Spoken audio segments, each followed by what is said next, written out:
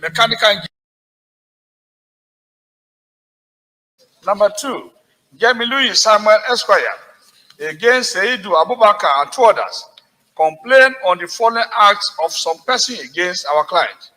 Number 3, A.A. Malik SAN against SBI International Holding, NV of Curacao, Netherlands entity. Petition for the kind intervention of the Senate of the Federal Republic of Nigeria for payment of the principal sum and accrued interest in respect of Federal Republic of Nigeria government promissory note serial number FGN/SBI/P3, FGN/SBI/P4, and FGN/SBI/P6. Number 4, Mr. Tobeshi Shibu against Nigerian Navy or Nigerian Army. Repetition against the extrajudicial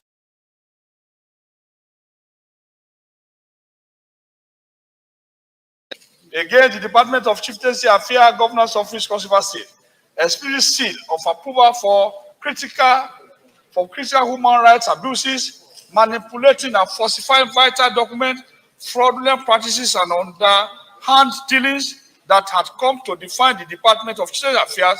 My request to overturn the above present executive judicial remedy, and therefore seek the approval of the Senate to lay the above present.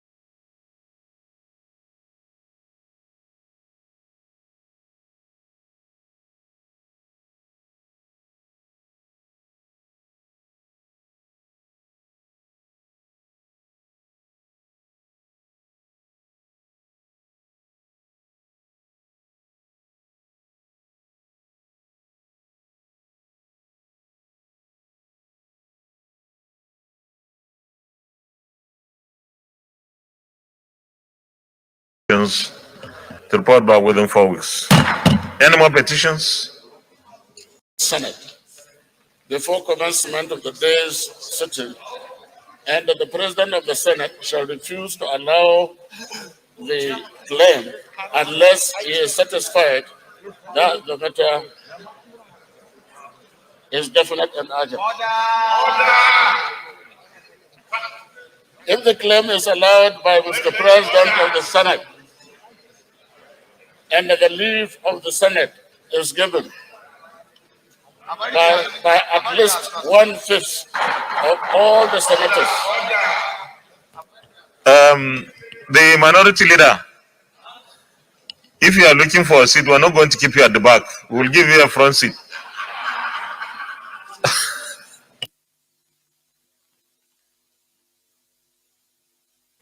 Please continue.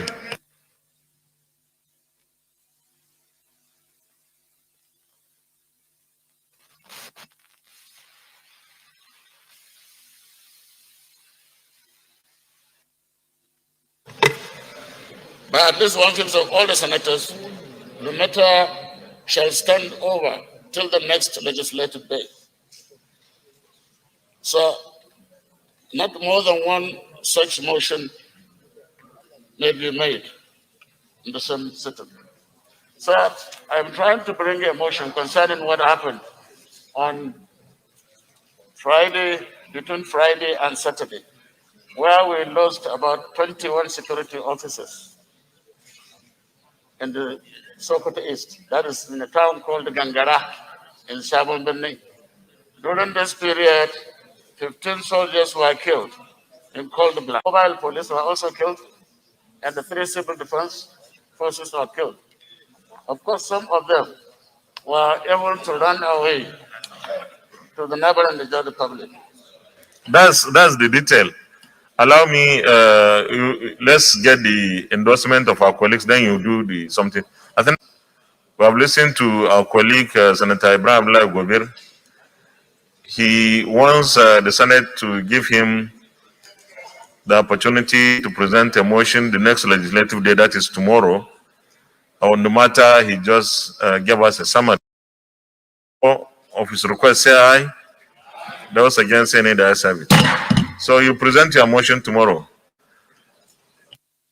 Point of order, Senator Deputy Chief Whip, Senator Sabi Ali Abdullah.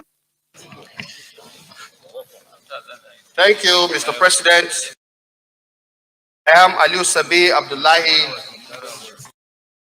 I represent. Mr. President, I want to come under Order 42 and 52. With your leave, I may read. You may proceed. Order 42. The matter for discussion shall, if possible, be referred to the President of the Senate before commencement of the day sitting, and the President of the Senate shall refuse to allow the claim unless he is satisfied that the matter is definite and urgent. If the claim is allowed by the President of the Senate and the leave of the Senate is given by at least 1/5 of all the senators, the matter shall stand over to the next legislative day. Not more than one such motion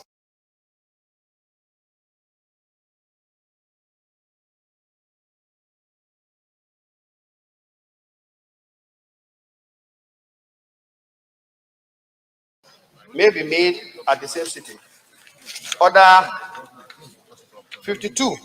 Notice shall not be dispensed with in the case of a motion or in respect of any other proceeding for which notice is required, except with the consent of the President of the Senate and the general assent of the senators present. Mr. President, as you may recall, from Friday up to today, Niger State witnessed a very serious blockade or lockdown by tanker drivers and truckers. Distinguished Hello Chamber, the issue and for us to look at it as a national emergency. You know, because you have come under orders 42 and 52, that requires the endorsement of at least 1/5 of our colleagues here. So I'll put the question. Those in favor of the motion by the Deputy Chief Whip under orders 42 and 52, say aye. Those against, say nay. The ayes have it. Deputy Chief, you may proceed, please. Thank you, Mr. President, distinguished colleagues. I'm Aliu Sabi Abdullahi. I represent the state of federal roads in Niger State. Called for a state of emergency. The Senate would disbelieve and shock. Note the very ugly scene playing out in Niger State since February 24th, September 2021, which is Friday, in which heavy trucks and tanker drivers blocked all entry and exit roads to protest the horrible state of federal roads passing through the state. The Senate recalled that Niger State has the longest federal roads network of 2,263 kilometers out of a total of 32,000 kilometers of national federal road network. The federal roads in Niger State stretched from Abuja-Kaduna end to the Jeba Mokwa Makera Tegina Benengwari Kaduna Road to the Mokwa Nibusa Agwara Kibera end, which lies to the border with Benin Republic. Overall, the following critical linkage roads within Niger State provide virtually the southwest and northwest economic corridors. The roads are Zungeru Tegina Road, which is 34 kilometers, Bida Zungeru Road, which is 92 kilometers, Mina Western Bypass Road, which is 13.5 kilometers, Tegina Kaduna Road, 80 kilometers, Bokani Tegina Road, 115 kilometers, Wawakayama Road, 65 kilometers, Zungeru Mina Lambata Road, 143 kilometers, Kontagora Ibeto Yauri Road, 80 kilometers, Kontagora Tegina Road, 100 kilometers, Makwani Busa Kanji Dam Road, 100 kilometers, Makwa Junction Bida Road, 122 kilometers, Bida Lapai Lambata Road, which is currently under blockade, 125 kilometers, Lambata Junction Madala Road, 42 kilometers, Zuba Kaduna Road, 60 kilometers, Jaba Moka Bokani Road, 100 kilometers, Bokani Makera Kontagora Road, 86 kilometers, Rofia Swate Shegbana with border to Benin Republic, 121 kilometers, Wawa Rofia Road, 150 kilometers, Kanji Dam Nibusa Wawa Road, 32 kilometers, Kontagora Rijao Kebi Road, 113 kilometers, Agai Kacha Baro to FCT Border Road, 85 kilometers, Ibeto Auna Niwara Kebi Road, 75 kilometers, Minashiroro Dam Road, 60 kilometers, Kontagora Kotonkoro Road in Kebbi State, 111 kilometers, Bida Sachi Nupeko Road, 52 kilometers, and the Guadasarkin Power Kaduna Road, 63 kilometers. Because of the massive land area of Niger State, which is put at about square, representing about 9% of the total land area of the country, all movements from north to south substantially traverse the state. Indeed, the massive haulage of heavy industrial goods, such as petroleum products, iron rods, cement, finished manufactured goods, machines and equipment, electronic materials and goods, building materials, etc., in which trucks and tankers are overloaded, put great pressure on the roads, and thus are seriously devastating to the state of the roads in Niger State. Costly observation and reports indicate that many trucks and tankers are loaded with up to 90,000 tons of goods, and all vehicles are consistently overloaded well above their approved tonnage. The Senate alarmed that all the major link roads have totally failed, with fatal accidents occurring on a daily basis with loss of life, goods, and vehicles. A development that angered the trucks and tanker drivers to begin the protest, as the only available alternative route to exit the state is the Bidamina Road, which is currently under construction. This road itself is a failed road with many portions that cannot withstand any heavy truck movement as it is. The Senate further alarmed that the only road portion that is substantially motorable is the Mokwa Junction heavy-duty haulage activities of trucks and tankers, and may not last the next 2 years under the current scenario. The Kontagora Yauri Road is also motorable but hard to reach, hence the pressure on available state roads. The Senate disturbed that the current rate of funding of federal roads in the state is unfortunately dismal and cannot deliver, which has led to many of the projects abandoned by contractors. The result is continuous pressure on the few good ones. Indeed, it is very sad that the main trunk road from Jeba to Mokwa to Tegina to Kaduna has been completely abandoned, even though contracts have been awarded for the Jeba to Tegina section 1 and 2 since 2018, without funds sufficient to even mobilize the contractors. This is true also for Makera Kontagora Yauri Road, which has been awarded since 2018. Also, but poor funding means stalled work. The massive accident and losses on this road were in the state.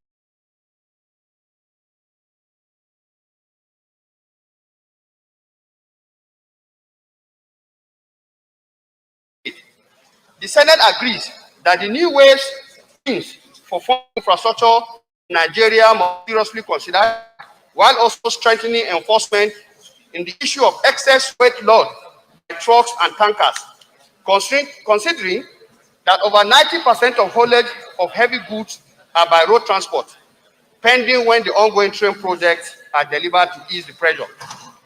The Senate further agrees that the current blockade has seriously affected economic activities in the country, with heavy losses by investors and enterprises.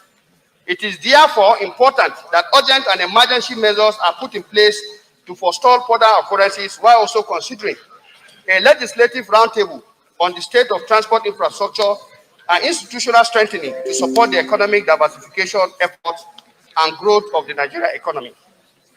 Prayers. Accordingly, the Senate resolved as follows. 1. Urge the federal government to declare a state of emergency on the critical roads in Niger State linking economic corridors in the north and south. 2. Urge the federal government to direct the Ministry of Works, Federal Ministry of Works, to carry out emergency stabilization of the failed portions of Bida, Lafayette, Lambata Road to on the road. 3. Urge the federal government to consider an emergency intervention fund for the critical roads in Niger State to the tune of 300 billion to concurrently fix the roads as part of the infrastructure rehabilitation effort of the government to support ease of business and economic recovery across the country. 4. Convoke a national legislative roundtable on the state of infrastructure for economic development, which will bring all critical stakeholders in the transport and logistic industries together with a view to identifying urgent action to address the current challenges. Mr. President, as we speak, information reaching us indicates that today, based on negotiations with critical stakeholders, the tanker drivers have eased their blockade and they've started. So much has happened in the last 4 days. Many businesses have lost their business, and of course, the loss is better seen than imagined. Mr. President, I so move. Distinguished Senator Njenje.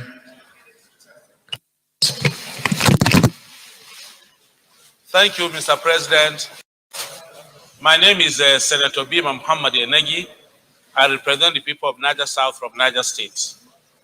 I rise to support the motion raised by my brother, the Deputy Chief Whip. You will recall, Mr. President, that sometime in 2019, a similar situation, there was blockage of most of our roads, stopping vehicles moving from the southwest to the northern part of the country and affecting economic activities. We raised a motion here in 2019 concerning the state of the roads in Niger State. We also held a press conference in 2019 calling on the government to do something about the state of roads in Niger State. Nothing serious has really happened since then. In 2020, the budgetary allocation to all the roads in Niger State was about 9 billion naira. This year, 2021, the budgetary allocation to all the roads in Niger State was 4.6 billion. The road contracts in Niger State are about 15. The total contract sum for all those projects is about 250 billion. Only about 60 billion had been paid. At the pace of the budgetary allocation to take eternity to fix the roads in Niger State. Therefore, I support the motion by my brother that what we require is special intervention funding for the roads in Niger State. That is urgently required so that the roads in Niger State will be fixed to arrest the current situation, the economic downturn, the security challenges that this country is facing presently. I therefore move to support the motion by my brother. Thank you. Senator Mohammed Sani Musa. Thank you, Mr. President. My distinguished colleagues, my name is Mohammed Sani Musa, representing Niger East. The Deputy Chief Whip have done a very wonderful presentation, and this is almost coming at the right time because the budget is about coming. We will all recall that the economy of Nigeria is an economy that was very monolithic. This time around, we tried to make agriculture to be one of our sources of income. And the burst of agricultural activities are within the hinterland, especially in Niger State, that we have the largest landmass in this country.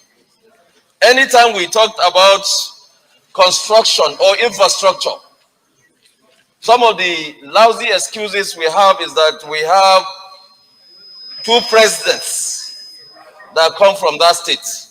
But these are the two presidents that have done very well to have a good thing in our state. Our roads are in shambles. They are not motorable. So if the trailers decided to block Niger State roads, it's not just to Niger State, it's to the entire northern Nigeria. Because if you look at the axis from Ilorin, from Ilorin to Jaba, Mokwa, Makera, Tegina, to Benungwa, heads to Kano, other northern Nigeria, and Nigerian cities, the road on that side was the main road that contributes a lot. And that road was constructed almost 30 or 40 years ago. Since around 1973, that road was constructed and nothing more. But we can see that from Abuja to Makurdi, almost 56 billion naira was allocated for that road. 56 billion. And then you look at the road that we just mentioned, only 4.6 billion. Where is the equity? And what out from this axis compared to the one that is coming from the Niger State axis, the Niger State corridor? So I call on the federal government, especially the Minister of Works, should realize that Nigeria is a large country and we need everywhere to be taken seriously. The Minister of Works is one-sided. He is one-sided.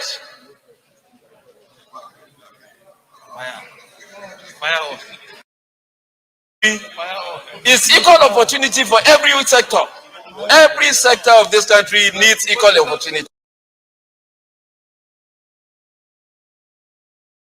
I don't see the reason why other states will benefit from federal roads and Niger State will not have it.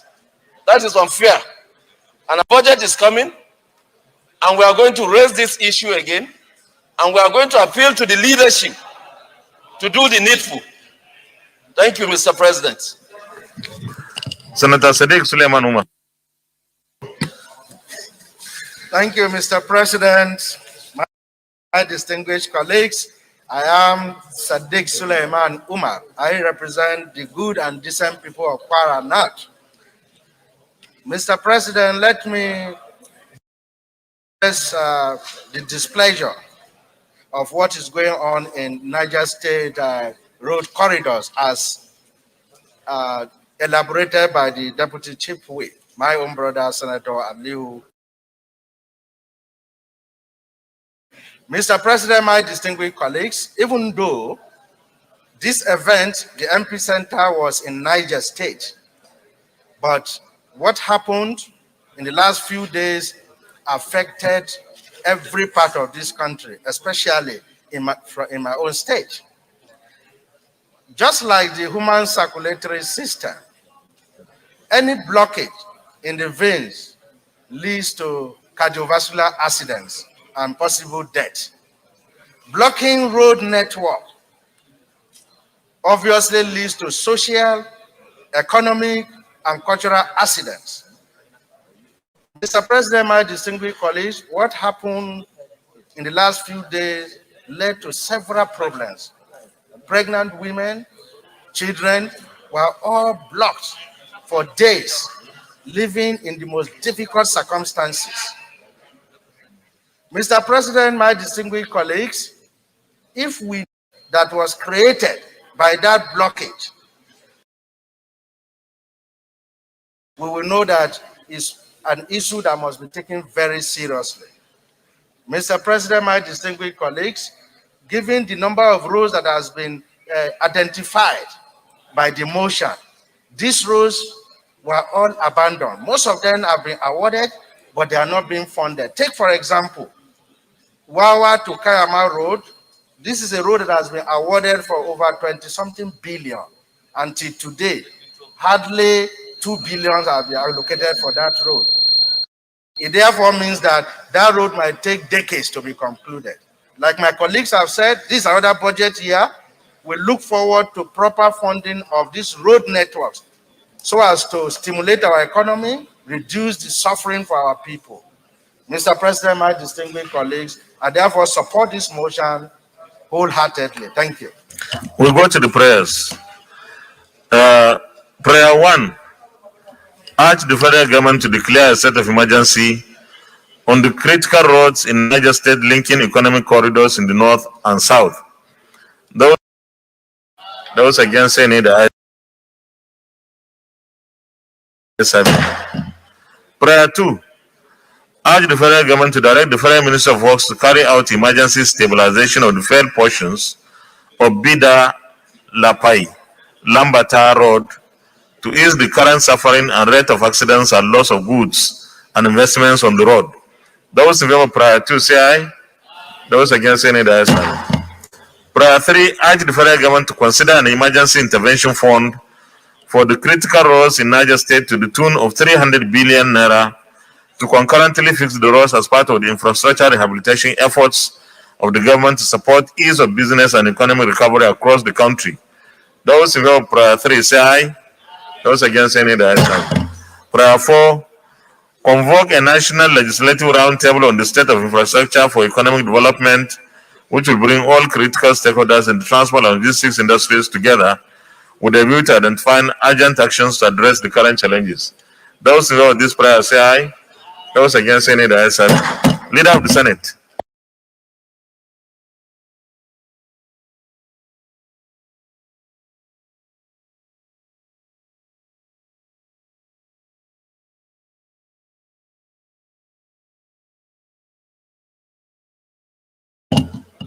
President. Point of order. Point of order, Senator Aleko Mustafa. Thank you very much, Mr. President. I'm Aleko Mustafa Ogun East.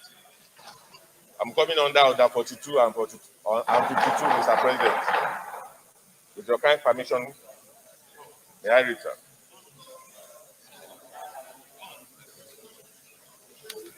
I can't hear you. I said I'm coming under order 42 and 52. With your kind permission, can I read, please? Yeah, you may read.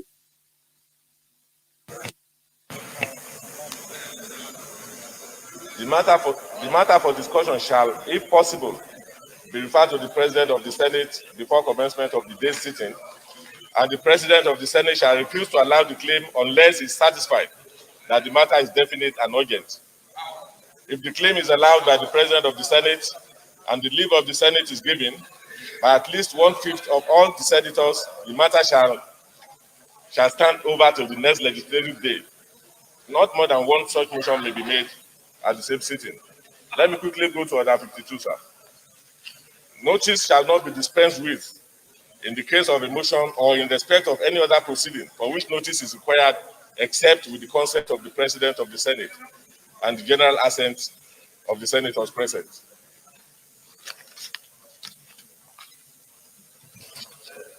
You may proceed. No. Have you finished the synopsis? Okay, I have to put the question now. They said you have not submitted this, you have not presented the synopsis, the summary, not the motion itself. You are reading the motion, that is the motion.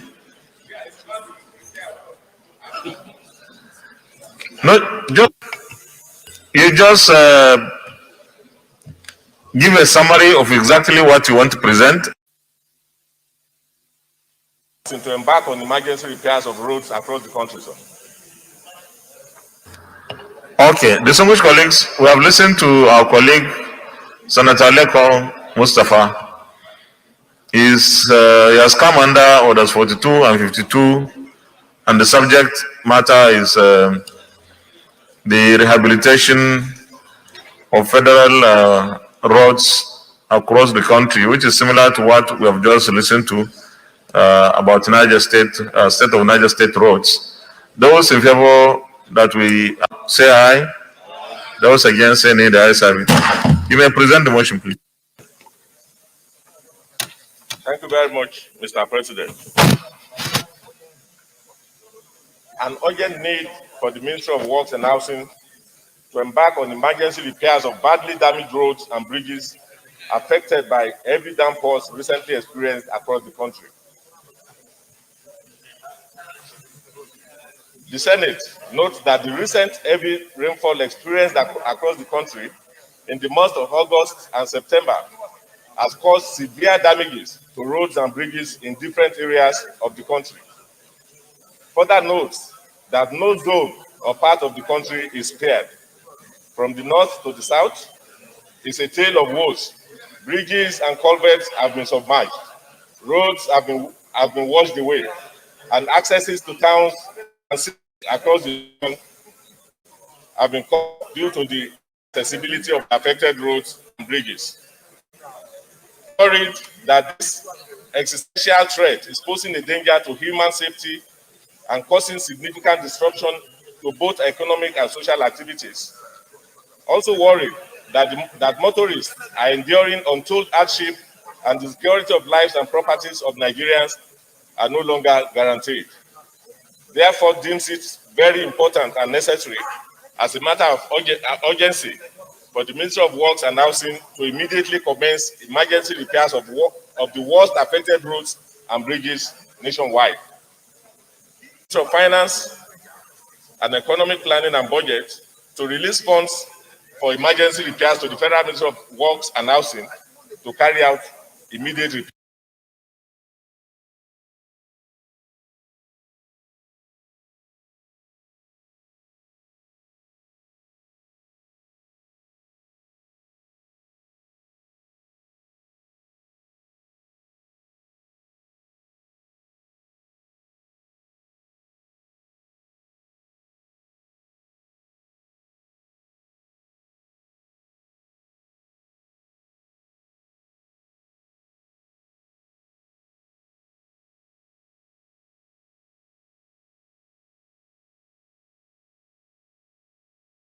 Of the affected roads.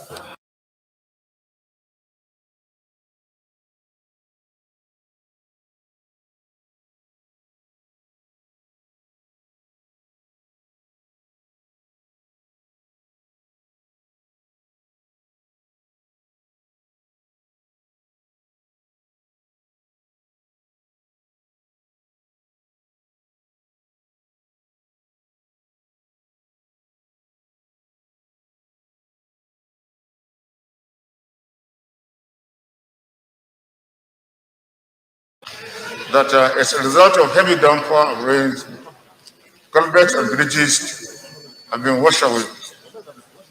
Roads are now difficult to pass because of serious erosion.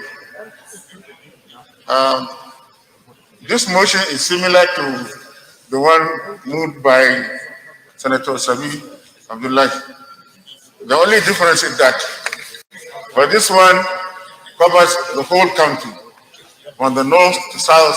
Wherever you go, you find bridges being blown up, culverts have been blown up, roads have been washed away as a result of heavy erosion arising from heavy downpour. So, Mr. President, the amount we have in the budget is not enough to embark on immediate repairs. There is need for Ministry of Finance to set certain amount for emergency repairs in every budget. Call this contingency fund for repairs of roads every year. If we don't do this, we'll continue to have this problem. So I will urge this Senate to set certain amount, lump sum amount for immediate repairs in case of emergency. And if we do this, it will go a long way in helping the Ministry of Works and Housing to embark on repairs. Right now, Mr. President, it is difficult to pass goods from north to south. Perishable items have rot away tomatoes, onions, yams that are supposed to be transported from the north to the south cannot be transported. Construction companies are finding it difficult to transport their goods from the south to the north because the roads are in bad shape. As we heard from Senator Sabi, some trailers have been lying on for over 3 to 4 weeks waiting for the road to be repaired. And it will take quite a long time to do this. So the story is the same everywhere you go. In the northeast, from Bauchi to Yola, the same story. In the northwest, the roads are in bad shape. It's a result of erosion. In the southeast, the same story. We had what happened in the north central. So I support this motion, and I also support the prayer.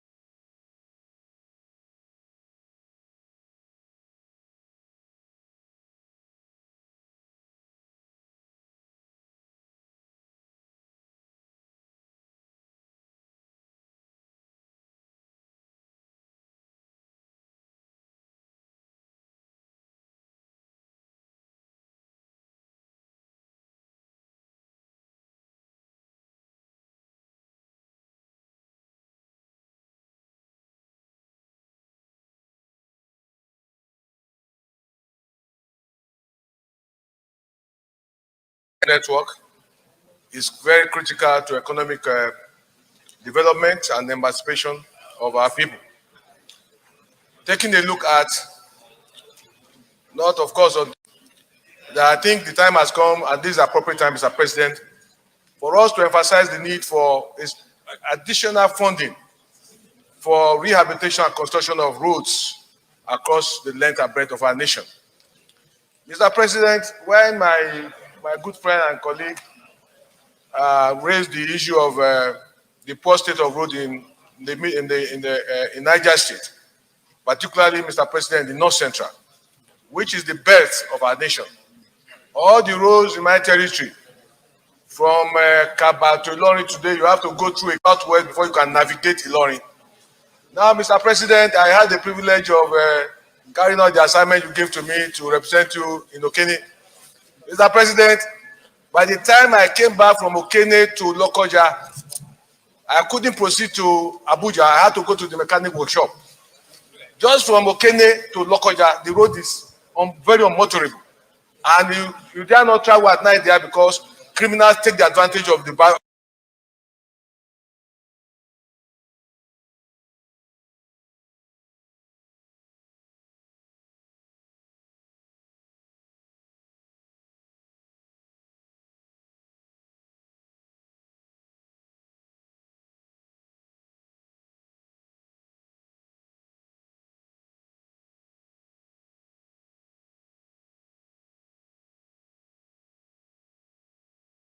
billions of money that is being channeled towards security from my state government. Today, we are coping with insecurity because criminals. The problem of road construction in Nigeria is a very serious matter. When the budget comes, as to whether we want good road network or not. In another 1.5 years from now, a lot of politicians will get crossing, traveling.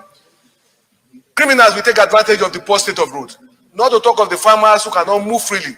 Mr. President, I think our chamber will do Nigeria a great good of favor and deal and commitment.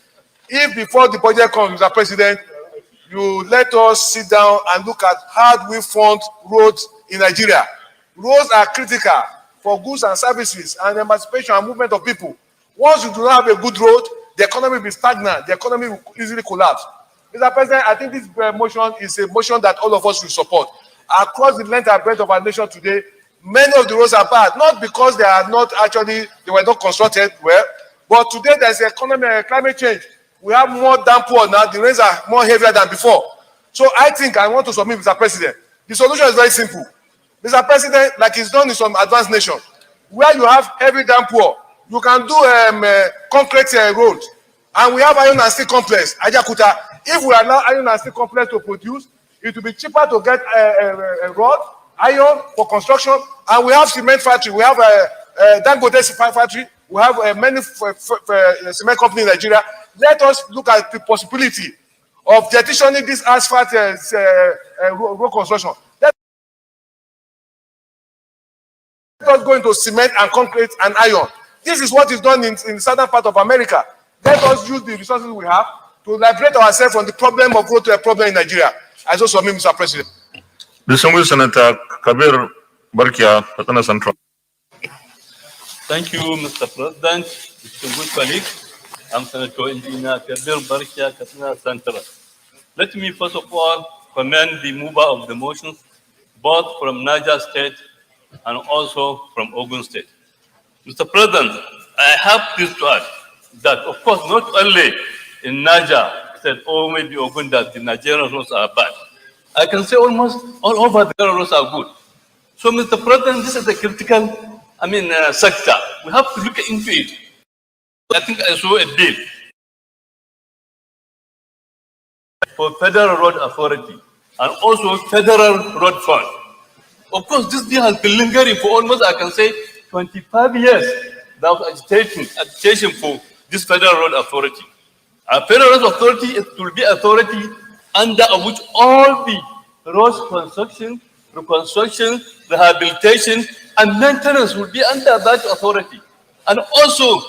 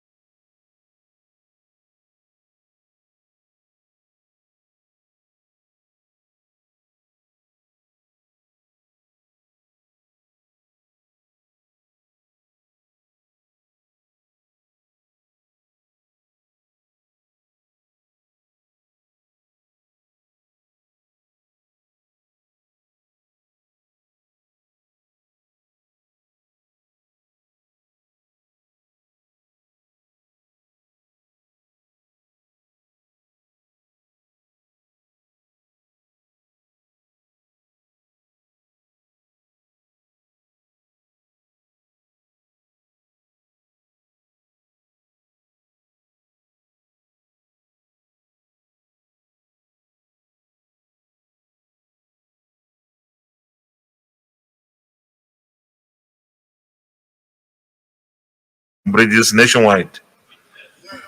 Those in favor of this prayer say aye. Those against say nay. The ayes have it. Leader of the Senate, thank you. Mr. President, my highly respected and distinguished colleagues, the first business of the day is the presentation of a bill stating the name of the distinguished Senator Emmanuel Yisa Okaje on cyber crimes, prohibition, preventing, etc. Act 2015, Amendment Bill 2021. Mr. President, you may wish to invite the Clerk of the Senate to read the short title of the bill. Clerk of the Senate. Mr. President, distinguished senators, Cyber Crimes Prohibition, Prevention, etc. Act SB 561, first reading. Cyber Crimes Prohibition, Prevention, etc. Act 2015 Amendment Bill 2021, SB 561, first reading taken. Leader of the Senate. Mr. President, my highly respected and distinguished colleagues, the second business of the day is the presentation of a bill standing in the name of distinguished Senator George Tekibo on the Arbitration and Conciliation Act, Cap A18, Laws of the Federation of Nigeria, 2004, Amendment Bill 2021. Mr. President, you may wish to invite the Clerk of the Senate to read the short title of the bill. Clerk of the Senate. Mr. President, the single Cap A18 LFN 2004 Amendment Bill 2021, SB 564, first reading. Arbitration and Conciliation Act, Cap A18 LFN 2004 Amendment Bill 2021, SB 564, first reading taken. Leader of the Senate. Mr. President, my highly respected and distinguished colleagues, the third business of the day is the presentation of a bill standing in the name of distinguished Senator Roches Anayo Okorocha on the Federal University of Agriculture and Environmental Sciences, ABO, Imo State Establishment Bill 2021. Mr. President, you may wish to invite the Clerk of the Senate to read the short title of the bill. Clerk of the Senate. Mr. President, distinguished senators, Federal University of Agriculture and Environmental Sciences, ABO, Imo State Establishment Bill 2021, SB 783, first reading. Federal University of Agriculture and Environmental Sciences, ABO, Imo State Establishment Bill 2021, SB 783, first reading taken. Leader of the Senate. Mr. President, my highly respected and distinguished colleagues, the fourth business of the day is the presentation of a bill standing in the name of distinguished Senator Abdul Fattah Buhari on the Community Health Practitioners Registration Act, Cap C19, Laws of the Federation of Nigeria, 2004, Amendment Bill 2021. Mr. President, you may wish to invite the Clerk of the Senate to read the short title of the bill. Clerk of the Senate. President, distinguished senators, Community Health Practitioners Registration Act, Cap C19 LFN 2004 Amendment Bill 2021, SB 795, first reading. Community Health Practitioners Registration Act, Cap C19 LFN 2004 Amendment Bill 2021, SB 795, first reading taken. Leader of the Senate. Mr. President, my highly respected and distinguished colleagues, the fifth business of the day is the presentation of a bill standing in the name of distinguished Senator Muhammad Sani Security Guarantee Bill 2021. Mr. President, you may wish to invite the Clerk of the Senate to read the short title of the bill. Clerk of the Senate. Funding and Social Security Guarantee Bill 2021, SB 813, first reading.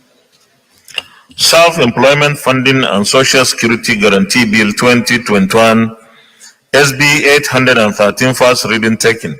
Leader of the Senate.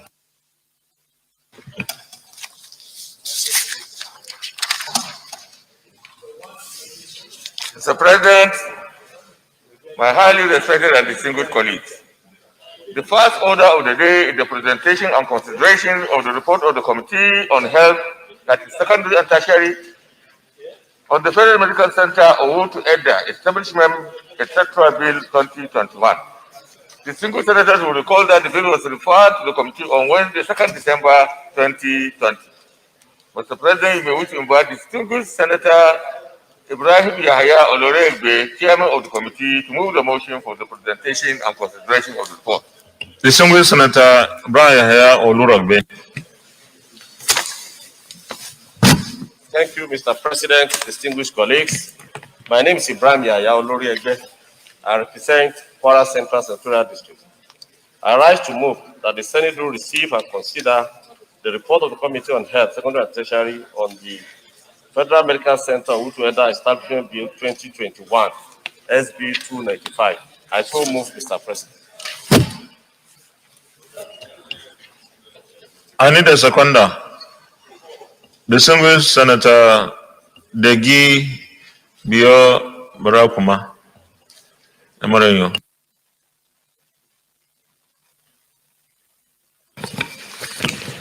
Profound respect, Mr. President, and my distinguished colleagues. My name is Senator Degi Biobarakma Irene. I represent Bayelsa East Senatorial District. I rise to second a motion that the reports on an act to provide for a legal framework to establish the Federal Medical Center to IDA and for related matters establishment bill 2021 as presented by my distinguished brother Senator Lorugbe, and I so second. Thank you, Mr. President.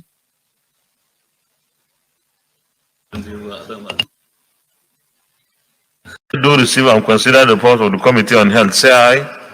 Those against any the ayes have it. Chairman, you may lead the report, please.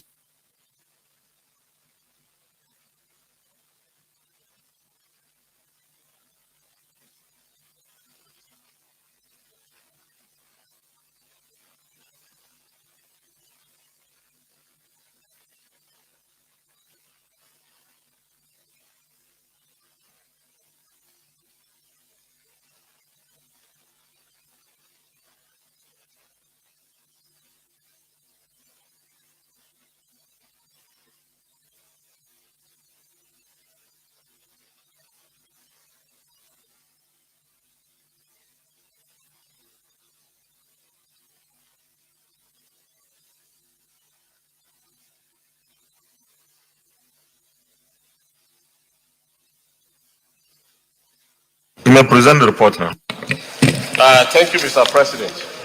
Distinguished colleagues, as stated by the leader of the Senate at the sitting on Wednesday, 2nd December 2020, read for the second time the bill for an act to provide for the legal framework to establish the Federal Medical Center Utueda and for related matters therewith, and refers him to our Committee on Health, secondary and tertiary for further executive action. The bill sponsored the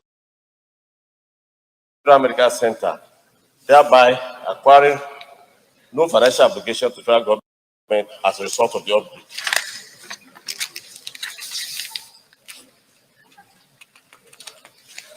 From the information gathered at the public hearing, the committee had a clause-by-clause consideration of the bill and came up with the recommendation as contained in this report. Every bill needs to be backed by an enabling law. It's against this background that this bill is before this chamber.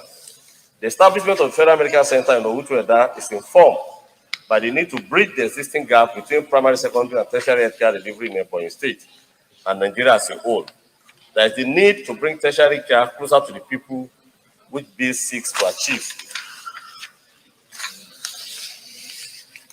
Our recommendation, Mr. President, is that after a clause-by-clause consideration of the bill, which is made of 28 clauses, a short title and a explanatory memorandum, the committee submits as follows: an amendment of clause 1 to 3, 9, 10, and the explanatory memorandum, and retention of the remaining clause 4 to 8 and 11 to 27, and the schedule. In conclusion, Mr. President, the committee would like to thank the Senate President, Deputy Senate President, and the entire Senate leadership and distinguished colleagues for the opportunity given us to serve in this capacity. I so submit, Mr. President. Any comments? Leader of the Senate, Committee of the Whole.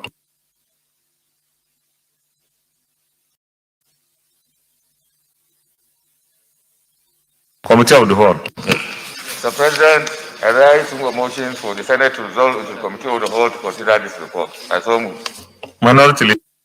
Thank you, Mr. President. I so second. Distinguished colleagues, those in favor of the motion that the Senate resolves into Committee of the Whole to consider the report clause by clause, say aye. Those against any the ayes have it.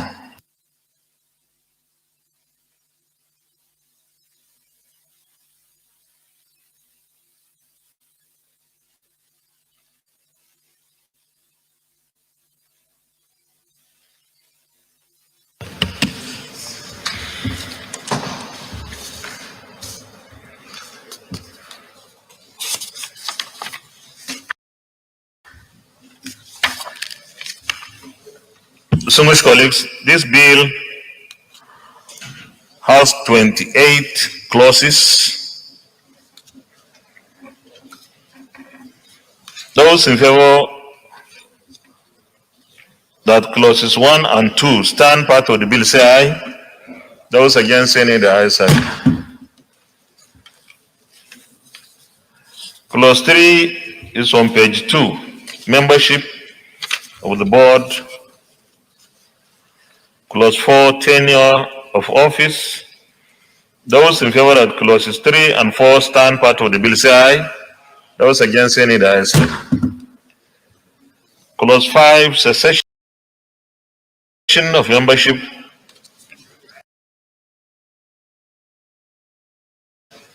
Clause 6, allowances of members. And clause 7, functions of the board, all retained.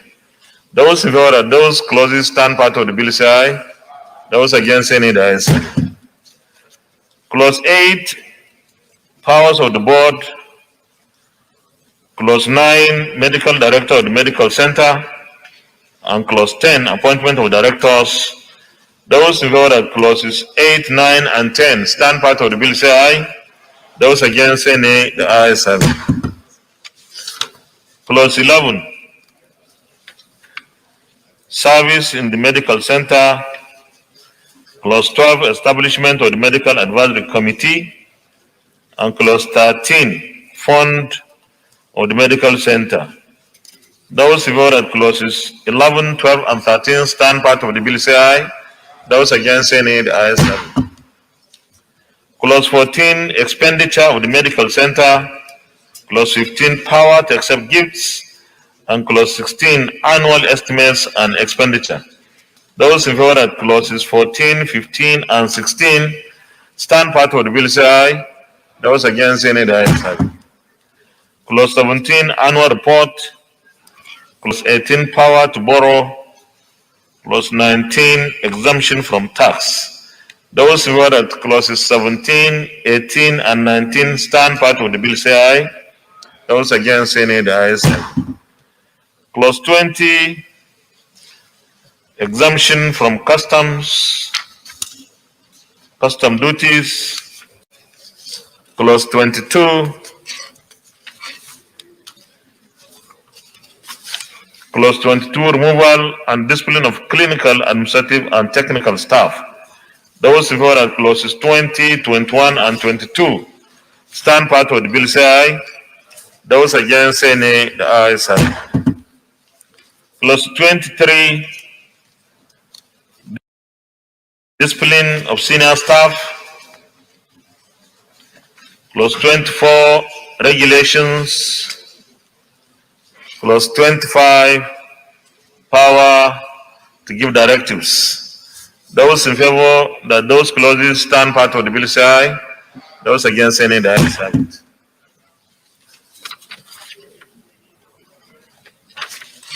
Clause 26, transition and savings provision. Clause 27, interpretation. And clause 28, short title. Those in favor that clauses 26, 27, and 28 stand part of the bill say aye. Those against say nay, the ayes have it. Those in favor that the interpretation against say nay, the ayes have it. Those in favor that the short title stands part of the bill say aye. Those against say nay, the ayes have it. Those in favor that the schedule stands part of the bill say aye. Those against say nay, the ayes have it. Those in favor that the explanatory memorandum stands part of the bill say aye. Those against say nay, the ayes have it. Those in favor that the long title stands part of the bill say aye. Those against say nay, the ayes have it. Leader of the Senate. Mr. President, I rise to move a motion for the Senate to resume plenary for the chair to report progress. I so move. Minority Leader. Thank you, Mr. President. I so second. Distinguished colleagues, those in favor that the Senate reverse to plenary for the chair to report progress say aye. Those against say nay, the ayes have it.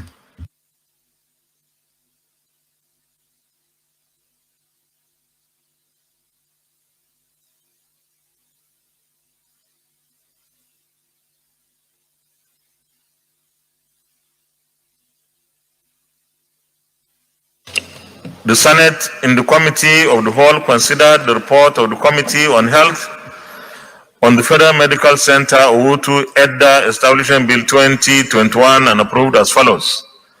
Long title as recommended, clauses 1 to 26 as recommended, interpretation as recommended, short title as recommended, schedule as recommended, explanatory memorandum as recommended. Is this a true reflection of what transpired in the Committee of the Whole?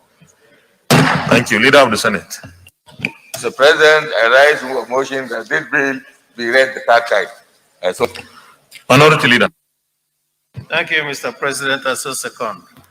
Distinguished colleagues, those in favor of the motion that this bill be now read the third time, say aye. Those against, say nay. The ayes have it. Clerk of the Senate. Mr. President, distinguished senators, a bill for an act to provide for the legal 2021 SB 295, third reading. A bill for an act to provide for the legal framework to establish the Federal Medical Center Uhutu EDDA and for related matters 2021 third reading taken, and the bill is passed. Congratulations, Leader.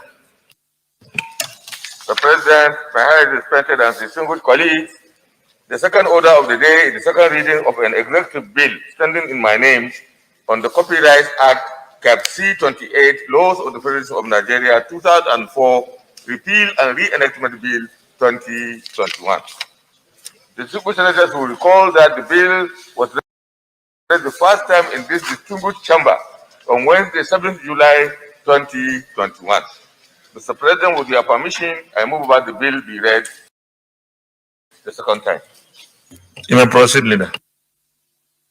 Mr. President, my highly respected and distinguished colleagues, it is my pleasure and delight to lead the debate on the general principles of the Bill for an Act to repeal the Copyright Act, Cap C-28, Laws of the Federation of Nigeria 2004, and to reenact the Copyright Act 2021. This is an executive bill which seeks to repeal the Copyright Act, Cap C-28, 2004, and reenact the Copyright Act 2021 for a holistic review of the policy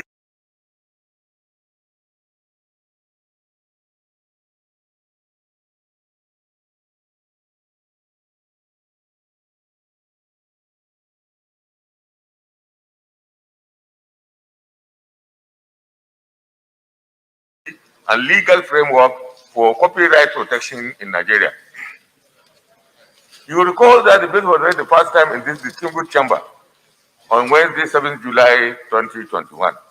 Mr. President, distinguished colleagues, Nigerian copyright industries comprising of the creative industries such as Nollywood and broadcasting industry, the music industry, the fashion industry, the book publishing industry, the arts industry, and Nigeria's emerging software and apps industry have been emaciated by a weak Copyright Act of 1988 as amended. Since the coming into force of that decree, it has had a whole review of its laws for copyright protection. This is in spite of the fact that many substantial advances have been made in the industry in Nigeria and globally. Indeed, due to the innovative spirit of Nigerians, this sector has witnessed tremendous growth in recent times. Hence, a review of the Act has become necessary in order for the sector to become one of the nation's economic growth goals and economic drivers. The weakness of the existing Act has led to the closure of many businesses. Many Nigerian creators have died and became emaciated because of the harm occasioned by piracy and weak mechanisms offered by the existing legal framework and successful government inactivity to sufficiently fund the Nigerian Copyright Commission. Time and again, stakeholders in the Nigerian copyright community have called for the amendment of the copyright law in line with the new opportunities and advances in modern technologies in order to strengthen their piracy and other penalties.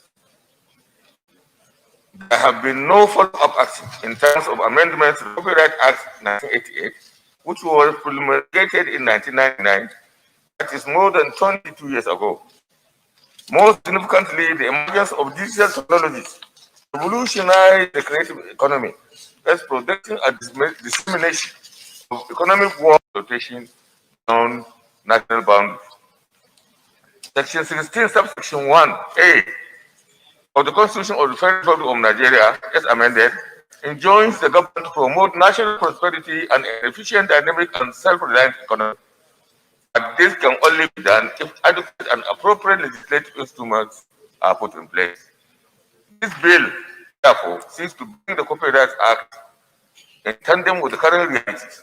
It will strengthen the copyright regime in Nigeria to enhance competitiveness of its creative industries in a digital and knowledge-based global economy. 2. It will effectively protect the rights of authors, creative artists, and digital industry entrepreneurs and inventors to ensure that they have good and just rewards and recognition of their intellectual efforts, while also providing appropriate limitations and exceptions to guarantee access to creative works, encourage cultural interchange, technological development, while advancing public welfare. Number 3, it will facilitate Nigeria's compliance with obligations arising from relevant international copyright treaties and engagement. 4, it will enhance the capacity of the Nigerian Copyright Commission for effective administration and enforcement of the provisions of the Copyright Act. Mr. President, distinguished colleagues, you will all recall that before this executive bill, Senate debated excessively the copyright bill sponsored by our distinguished Senator, Senator Abiru, and it was referred to the same Committee of Trade and Investment. This bill should be harmonized by the same committee into a single document for eventual passage into law. I therefore move that this bill be read a second time for further legislative action. I so move and thank you for your attention. Senator Barrow. Thank you, Mr. President. I am Senator Barrow Jibrin. I was the Kano North in this August City. Mr. President, I stand to support this bill because the bill, the intent of the bill is to salvage an already bad situation. A situation where the intellectual property rights of citizens are protected. They are left in the hands of criminals who day in, day out, try to explore the advantages, the economic advantages associated with this property, intellectual property rights of people to their advantages. Mr. President, there are a lot of Nigerians, particularly our youth, who are endowed with a lot of, they have various capacity in terms of bringing out innovations, technological innovations. Some are artists, some have made their names in the entertainment industry. All the time, we see how their rights, their properties are being stolen from them by way of piracy, by way of duplicating what they've done without paying them what is due to them.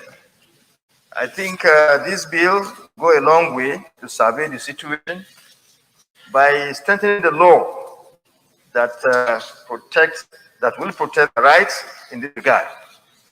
It's important that we have gotten a lot of changes between 1999 to date when this law was created, and so the need to reshape this law so as to meet the current challenges that the people involved in this that have been cheated, that have been ripped off by some unscrupulous Nigerians.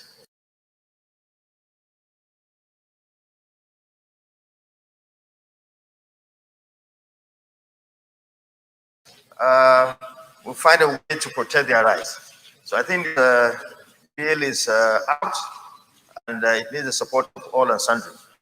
I therefore urge our colleagues to support this bill as to help the people that need to be protected, whose intellectual property rights have been infringed on day in, day out. It's a way of helping the economy at large. When we do this, we strengthen the system in terms of protecting the rights of individuals that are so affected by what these people are doing, which also strengthens our economy. Because when we support Nollywood in this regard, Carnival in this regard, we're helping these young Nigerians to strengthen their profession, so as to help themselves, to help the employees, and help the economy at large. I say, Mr. President. Distinguished Senator Ajibola Seru.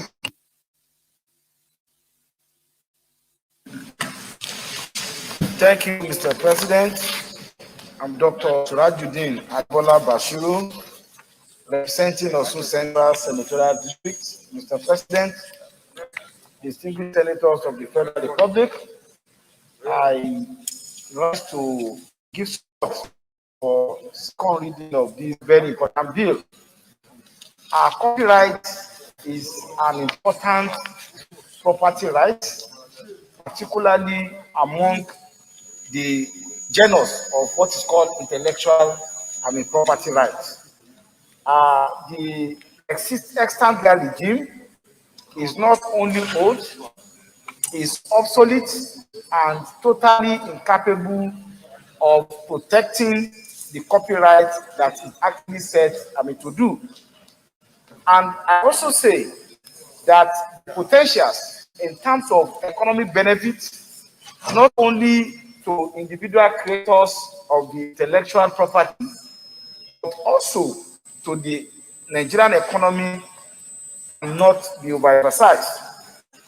Particularly in the first 22 years when the extant law was passed, there have been monumental developments in the area of materials that are qualified for copyright.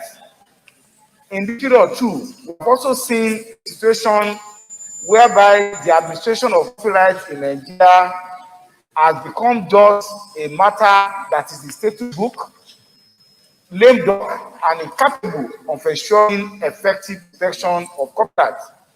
We have seen a situation whereby Nigerians have not only lost their investment in terms of intellectual capability, but even the costs that they are put in place to ensure that those work come into reality. Nigeria has become a country where intellectual materials copyright is done today, and in a matter of a week, from some countries, they will bring in trailer loads of those materials to be sold at cheap prices. So I want to say that this bill is the need to make the administration of copyright to be very effective. Without this, we will not be able to join the Committee of Nations in deriving maximum benefits from knowledge economy that appear to be more lucrative than even oil and gas that all of us seek in the economy. Therefore, I'm delighted to support that this bill be read the second time, and also to urge the relevant committees to ensure that we give expeditious consideration of this bill. And this bill will also be a testimony or commitment of the next Senate to ensure that we make our law to be in reality with development, particularly in terms of expansion of the economy. The Companies and Other Act was reformed by this next Senate. The Banks and Other Financial Institutions Act has also been reformed after about 2 decades. So the Copyright Act must immediately follow. I thank you, Mr. President. Is there anyone against the bill? Those in favor that this will be now read a second time, say aye. Those against, say aye. Clerk of the Senate. Mr. President, distinguished senators, a bill on act to repeal the Copyright Act Cap C 2811 2004 and to enact the Copyright Act 2021 and for matters connected therewith 2021 SB 769 second reading. A bill for an act to repeal the Copyright Act Cap C28 laws of the Federation of Nigeria 2004 and to enact the Copyright Act 2021 and for matters connected therewith 2021 second reading taken, and the bill is referred to the committees. Leader of the Senate. Mr. President, my highly respected and distinguished colleagues, the third order of the day is the second reading of the Electricity Bill 2021. The single Senate will recall that the bill was read the first time in this distinguished chamber on Thursday, 8 October 2020. Mr. President, we wish to invite the distinguished Senator Gabriel Suswam to move the motion for the bill to be read the second time. Distinguished Senator Gabriel. Mr. President, my name is Dr. Gabriel Suswam, representing Benue North East Senatorial Constituency of Benue State. Mr. President, distinguished honorable colleagues, this day I started 8th day of October 2020. Mr. President, this bill seeks to, among other things, repeal the Electricity Power Sector Reform Act 2005, consolidate all legislations in the Nigerian electricity supply industry, and enact an omnibus Electricity Act for the industry to provide the ideal legal institutional framework that will guide the post-privatization phase of the industry in Nigeria. The bill also seeks to provide a framework that would attract more investors to leverage on the modest gains of privatized electricity industry in Nigeria to accelerate growth in power generation capacity and improve utilization of generated power through increased investment in new technologies that would enhance transmission and distribution generated power and minimize aggregate value chain losses. Mr. President, the background, distinguished colleagues, the Electricity Power Sector Reform Act 2005, hereinafter referred to as the Principal Act, provide a legal and institutional framework for the reform of the NEST initiated and implemented by the federal government between 2001 and 2023. Mr. President, the act which now operates is a reform act. It was to enable the federal government at that time unbundle the sector. That has been done. So we need to move forward. The framework made possible by the Principal Act and other policy measures provided for the physical unbundling of the National Electricity Power Authority, NEPA, into 18 successor companies, while 17 of these successor companies have been licensed by the Nigerian Electricity Regulatory Commission as distinct privatized generation and distribution companies. The Transmission Company of Nigeria remains state-owned.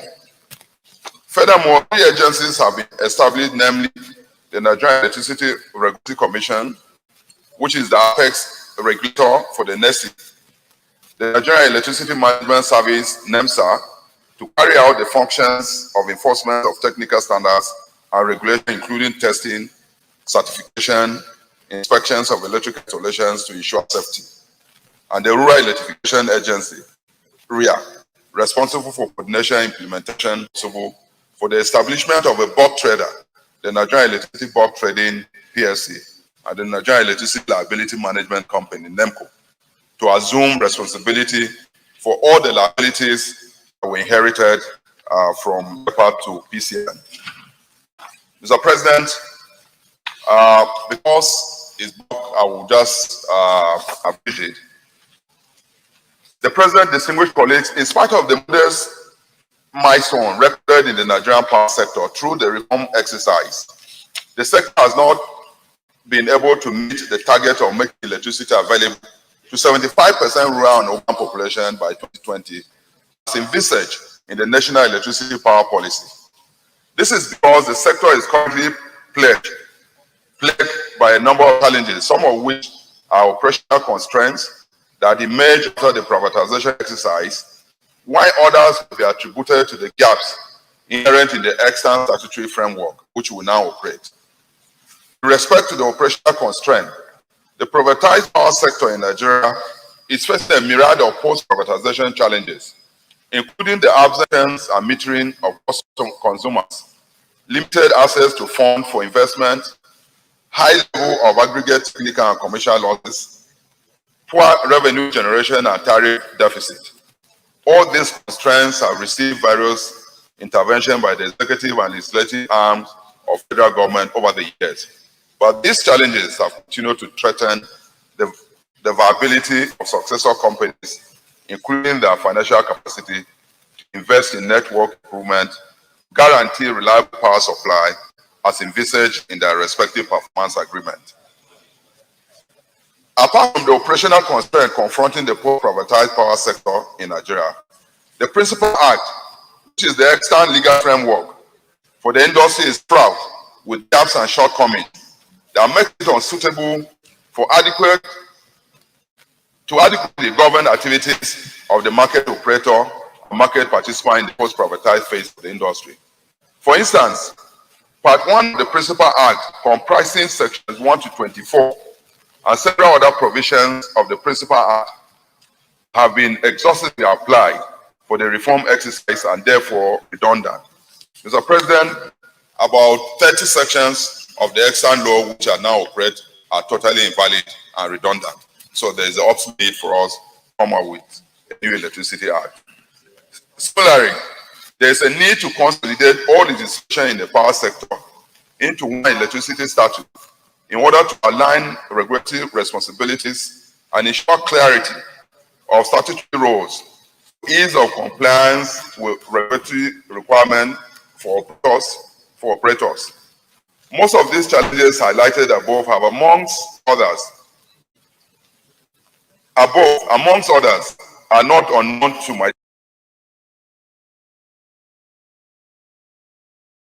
distinguished colleagues.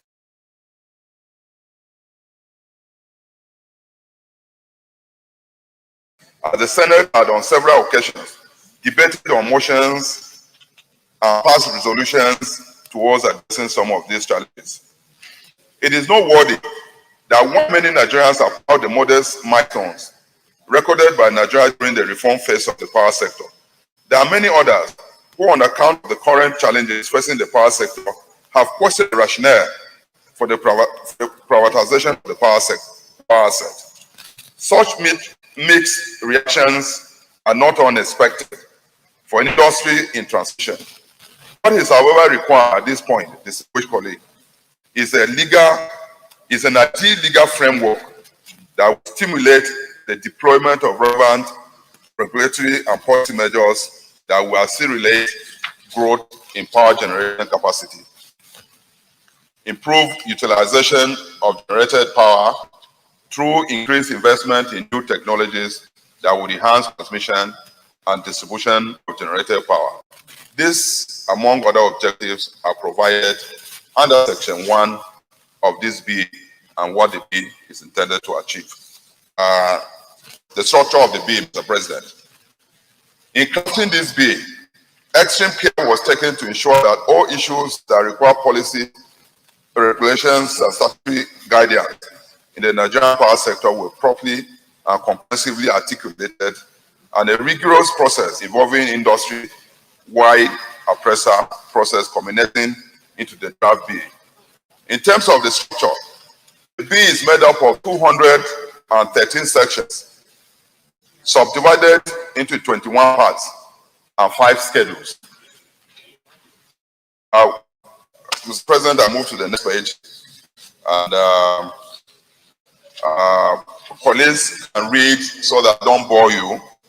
Let me just go straight to the conclusion, because the next paragraph just deal with what is encapsulated in each of the sections. I think you can read it, but let me just go to the conclusion, Mr. President. In conclusion, distinguished colleagues, you may recall that, equal to a resolution of this distinguished Senate, a roundtable was held in Abuja to brainstorm on the ways of addressing the problems confronting the Nigerian power sector. This bill should be seen as part of the required legislative intervention needed to reposition the Nigerian power sector to perform optimally, because the passage of the bill will pave well for the required policy and regulatory measures that will attract investment of more than 4 billion across the power value chain between now and 2030, thereby enhancing the prospect of increasing Nigerian electricity power per capita consumption to the highest in the West African sub-region within the same period. Mr. President, in compliance with Order 77 sub 3 of the Senate Standing Orders 2015, as amended, the proposed bill has no additional financial burden on the treasury of the federal government if passed into law. I therefore urge my distinguished colleagues to support this bill for the second reading. Mr. President, I so submit. Thank you, Senator Aishatu Dairo Ahmed Binani.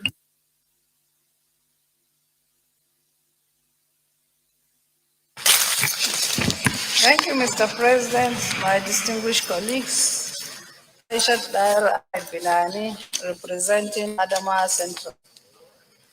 Mr. President, my distinguished colleagues, the bill before us today is so important that I wish to call it the Bill of the Year.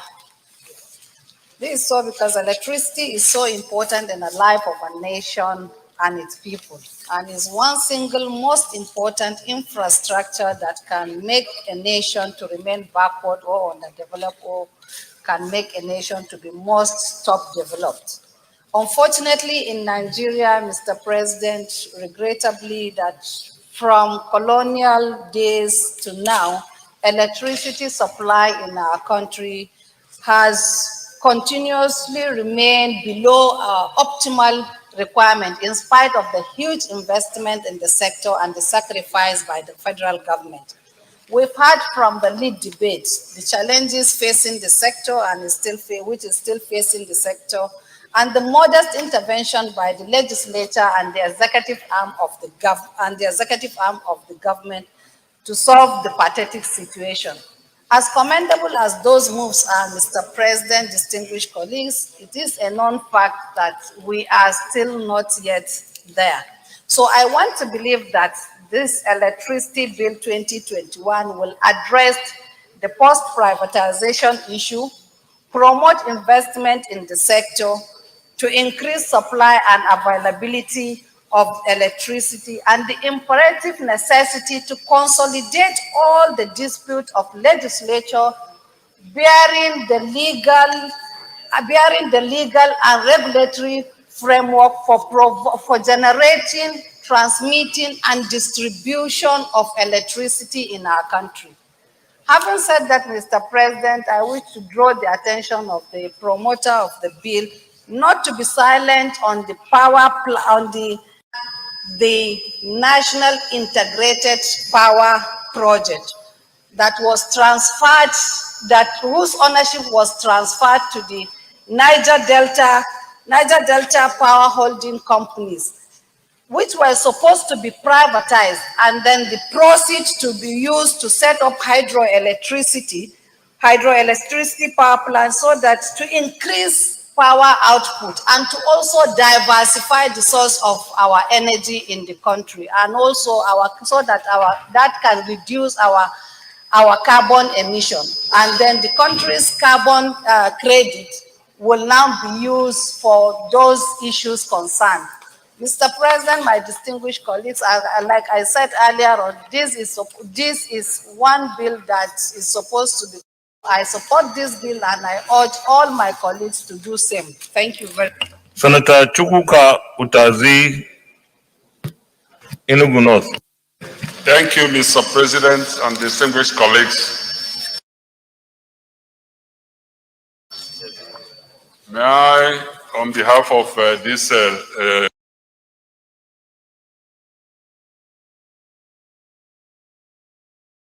Senate, thank the chairman of this bill, set to solve the problems we have handled, or that we have addressed that challenge the Nigerians in as far as power needs of the country are concerned. Mr. President, you remember that at the onset of this administration, of this new 9th Assembly, I brought a well-researched motion that is a precursor to all they are doing in this industry with regards to this, this bill that is before us here today. So I want to thank them because they did not sleep. After the round table that followed that my motion, they have moved step forward by coming up with something enduring that is going to solve the problem, the challenge we have with energy needs of this country. This country cannot move forward without, or like I should say, the economy of this country cannot be private sector driven until we address the issue of the power needs here. Because most of our people, most companies that are producing and doing things in this country have taken flight to neighboring countries, Ghana and Cote d'Ivoire and all that. Because of the trouble we have here, they cannot buy and fund their equipment, their machineries, their industries. Purchasing diesel is gone out of hand. A liter of diesel in this country today goes about almost 300 naira per liter. And there's no company that can do anything here that can make things work. We are saying that naira is, the value of naira is nowhere, have a hidden rooftop. You cannot bring down naira when you have addressed the issue of manufacturing by this country. Once we are, everything we are doing here is concerned with consumption, importing and importing. There's no way you can do it. There's no answer to it. The only way to do it is to get things done here. And that is what this bill is addressing. And that's why I have started, first of all, by thanking Suswan and his committee for coming this forward. So I won't want to say more, but all I say that I'm in support of this stand taken by this committee and ask them to give it accelerated handling by doing the public hearing fast enough before the budget start coming here. If we do this well, we will move this country forward. And I thank this committee, and I thank you for the opportunity to speak on this. Thank you so much. Senator Kola Balogun. Thank you, Mr. President. I rise in support of this bill, not because I'm a member of the committee, omnibus bill. Most of the laws as we have them on the book at present are obsolete. Most of them are not modern day business compliant. And unless we put our power sector house in order, there is no way we can leverage on our potentials as a nation, both human and material potentials. Mr. President, uninterrupted power supply in any nation is as important as life itself. This is because modern day world has become so mechanical, such that unless we put our power sector in order by putting a legal framework that will be attractive to foreign investors and domestic investors, there is no way we can use those potentials to generate employment, to generate revenue, and to move our economic sector forward. Mr. President, all our sectors have been affected by this unstable power situation. Talk about agriculture, which we need to diversify the economy. There's no way we can add value to our agriculture sector, to our agricultural produce, when we don't have constant power supply. There's no way we can have the modern day education sector. I recall the day the Power Committee visited Abuja, University of Abuja, when we inspected the dedicated power line that was installed by the Ministry of Power. The Vice Chancellor was actually giving us a brief, and he was telling us that now that they have this dedicated power line, the university is now saving 30 million naira a month as a result of reduction in consumption of diesel. So it's affecting every segment of our life. Foreign direct investors will not come in unless they have a legal framework that is attractive. Domestic investors will not be encouraged unless they have a legal framework that is attractive. Therefore, Mr. President, I'm wholeheartedly in support of this bill, and I want to encourage all my colleagues to please support it so that we can at least begin to put our powerhouse in order. Thank you, Mr. President. Senator Chukwuka Ibezim.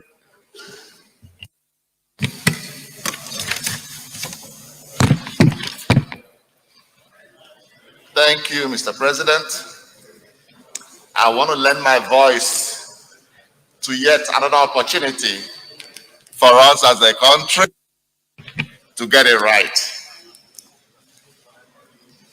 Almost every Nigerian knows that the major challenge we have in this country is the challenge of not having the right power supply in the nation. Whether it's in the manufacturing or whether it's in the agricultural, it takes power for a country to develop. So I thank you, Mr. Chairman of this great committee.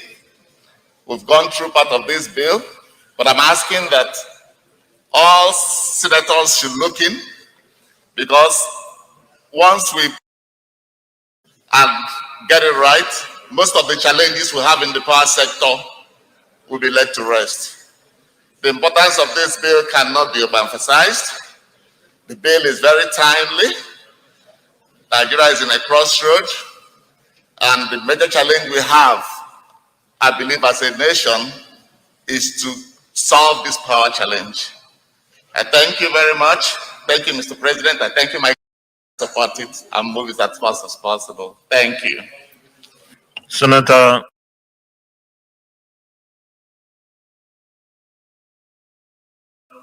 Francis Fadausi. Thank you, Mr. President. My name remains Senator Francis Adeni Fadausi, Osun East. I wholeheartedly support the bill.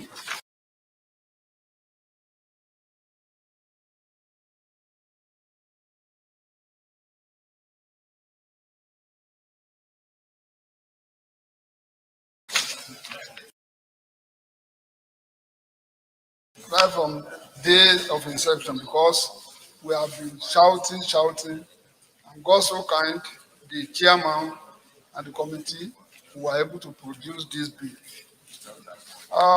Why we are agitating is that we are all from villages, concentrated in Abuja. What is going on in the village is alarming. And this bill now, this bill will be able to tackle or review the original contract of 204-206, that these things have been given to Nigerian private investors. The bill will review it. And the GENCO, the DISCO, and everything, the bill will be able to review whether to reallocate to the engineers, whether foreign or Nigerians, who are serious about giving us light. The other one is the transmission. The bill has already taken note of putting a right candidate, a right engineer in charge of managing all our power outfits, so that most importantly, the bill will be able to give us enough energy to bring in those people who will manage, who will give us 40 megawatts in Mambila project. which is now almost moribund. In Kobe, we have a lot of industries there that should be managed by our engineers, particularly supplying them. Automatically, we'll be able to generate that one. For all this and others that have been mentioned that will not be repeated, I wholeheartedly support this bill, and I urge my colleague to support and pass the bill. Thank you. Senator Matthew Urogide. Thank you, Mr. President. I'm Senator Matthew Urogide, Edo South. Mr. President, I want to join my teaming colleagues in supporting this bill. My support for this bill, Mr. President, is that this bill is akin to what we have seen or what we saw in the PIB that was eventually passed by this assembly. The power sector, Mr. President, over the years has been of great concern to every well-meaning Nigerian. And the Nigerian Parliament from 1999 was equally very worried and tried as much as possible to reorganize the power sector.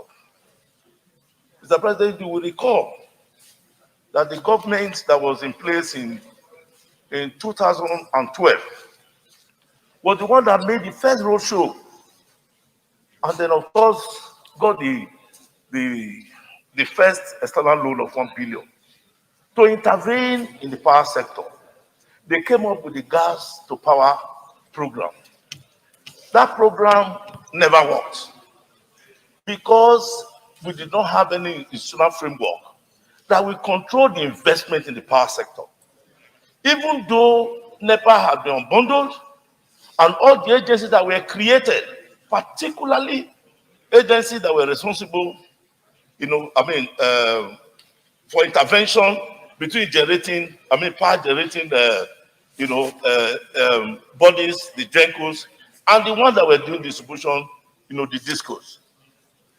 An organization, like MBET, were put in place and said huge sums of money deployed to these agencies because we did not have a subsisting, viable legal framework.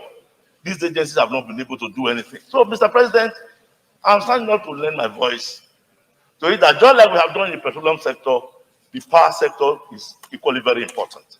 This bill now will cure all the inadequacies that we have seen over time so that any investment, particularly this time that this country is borrowing, let it be that this investment will be properly tailored and guided because of the framework, that we put in place by the provision of this bill.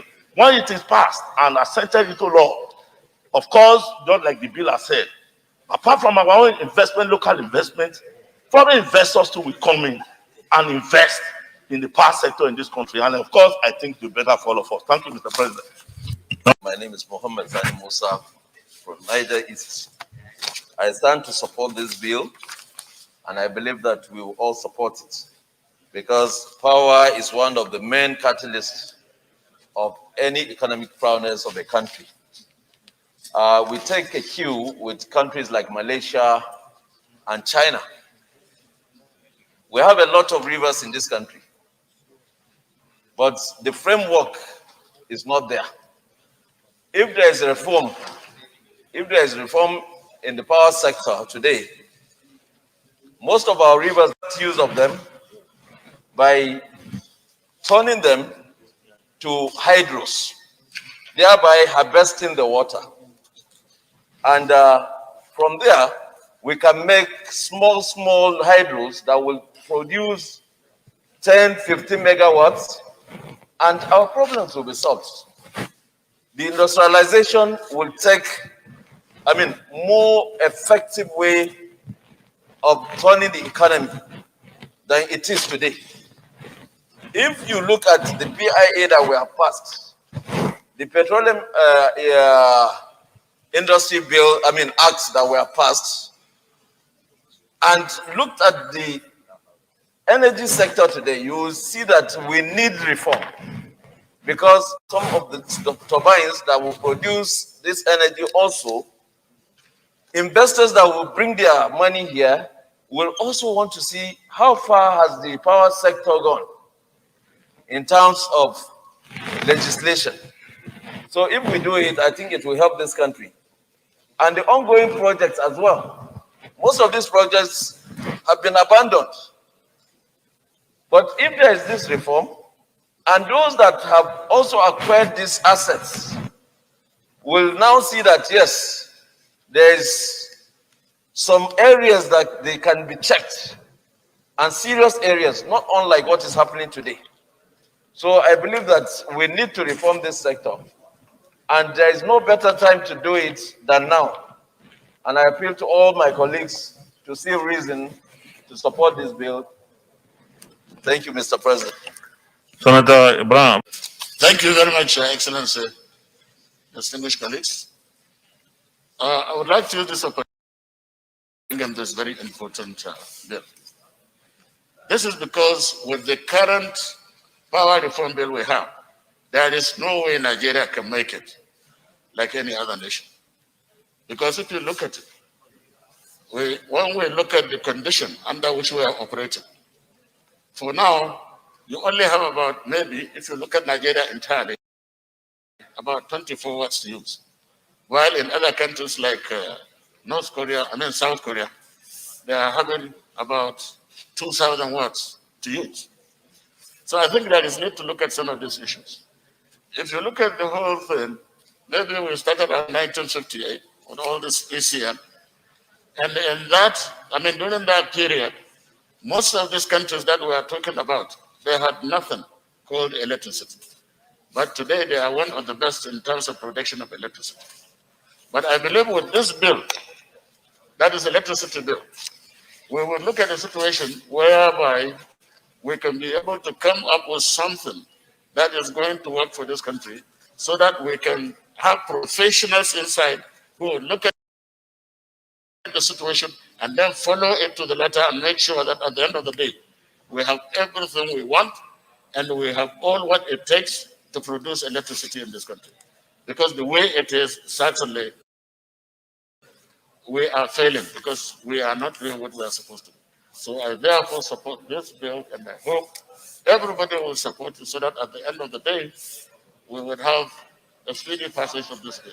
And I also want to ask Dr. Saswat, when they are going to do the public hearing, let's try to involve the Academy of Engineering, the Fellowship of the Nigerian Society of Engineers, so that they can come together and then sit down and come up with something that is going to be workable for the whole nation. Thank you very much, Your Excellency. Senator Baroju. Thank you, Mr. President. I am Senator Baroju Ben. I am the record note. Mr. President, let me first of all support or commend the sponsor of this bill and also state the fact that I support it in its entirety. Mr. President, we all know as a fact that electricity is a fundamental requirement for industrialization. If you do not have it right in terms of getting the available electricity in the system, you know that we can't get it right in terms of getting the required industrialization as you may want to have in your economic system. We know as a fact that we are lagging behind in terms of having the required electricity in this country. Therefore, any law that will be brought into play to enhance electricity in this country should be welcome. I say this as a Nigerian, as a senator representing the people of Kano, where we have this problem, our industrial base, and this is the reason why of the industrial concerns we have in Kano are no longer up and running. So also, we have the same problem in this country at large. My understanding is that when we have this law established, it will help in no small measure to bring in investors to invest more in the sector. We need to do this, and this is the right time. We need to get this area fixed in order for us to have a sound and running real sector in this country. A lot has been said, and I want my colleagues to fall into line in respect to getting the necessary support for this bill, because it's important. It's sine qua non to our desire to have a sound and up and running real sector in this country. I therefore urge my colleagues to support this bill so that it can move to the next stage of the legislative process. I say submit. Distinguished colleagues, those in favor that this bill be now read a second time, say aye. Those against, say nay. The ayes have it. Clerk of the Senate. Mr. President, distinguished senators, a bill for an act to repeal the Electric Power Sector Reform Act 2005, consolidate the laws relating to the Nigeria electricity supply industry, and enact the Electricity Act 2021 to provide a comprehensive legal and institutional framework for the post-privatization phase of the power sector in Nigeria, and for related matters, Bill 2021 SB 511 second reading. A bill for an act to repeal the Electric Power Sector Reform Act 2005, consolidate the laws relating to the Nigerian electricity supply industry, and enact the Electricity Act 2021 to provide a comprehensive legal and institutional framework for the post-privatization phase of the power sector in Nigeria and for related matters 2021, second reading taken, and the bill is referred to the Committee on Power to report back within 4 weeks. Thank you very much. Leader of the Senate. Mr. President, my highly respected and distinguished colleagues, the fourth order of the day is the second reading of the Federal University of Gusau Teaching Hospital Establishment Bill 2021. Distinguished senators will recall that the bill was read the first time in this distinguished chamber on Tuesday, 23rd February 2021. Mr. President, you may wish to invite the distinguished Senator Alhaji Sahabiawu to move the motion for the bill to be read the second time. Distinguished Senator Sahabi Alhaji. Thank you, Mr. President, for giving me the opportunity to lead the debate on Federal University Gusau Teaching Hospital. Mr. President, distinguished colleagues, this bill seeks to provide for the establishment of a teaching hospital for the Federal University of Gusau by upgrading the Federal Medical Center of Gusau to address the precarious health condition of the people of Zamfara. These conditions have far-reaching consequences that affects everyone in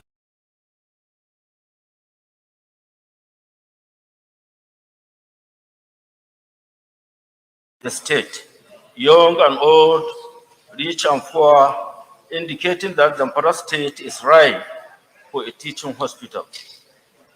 Conditions such as the proximity of a teaching hospital to Zamfara state in terms of distance, time, and money is one of the major hindrances that have contributed to the poor healthcare delivery in the state.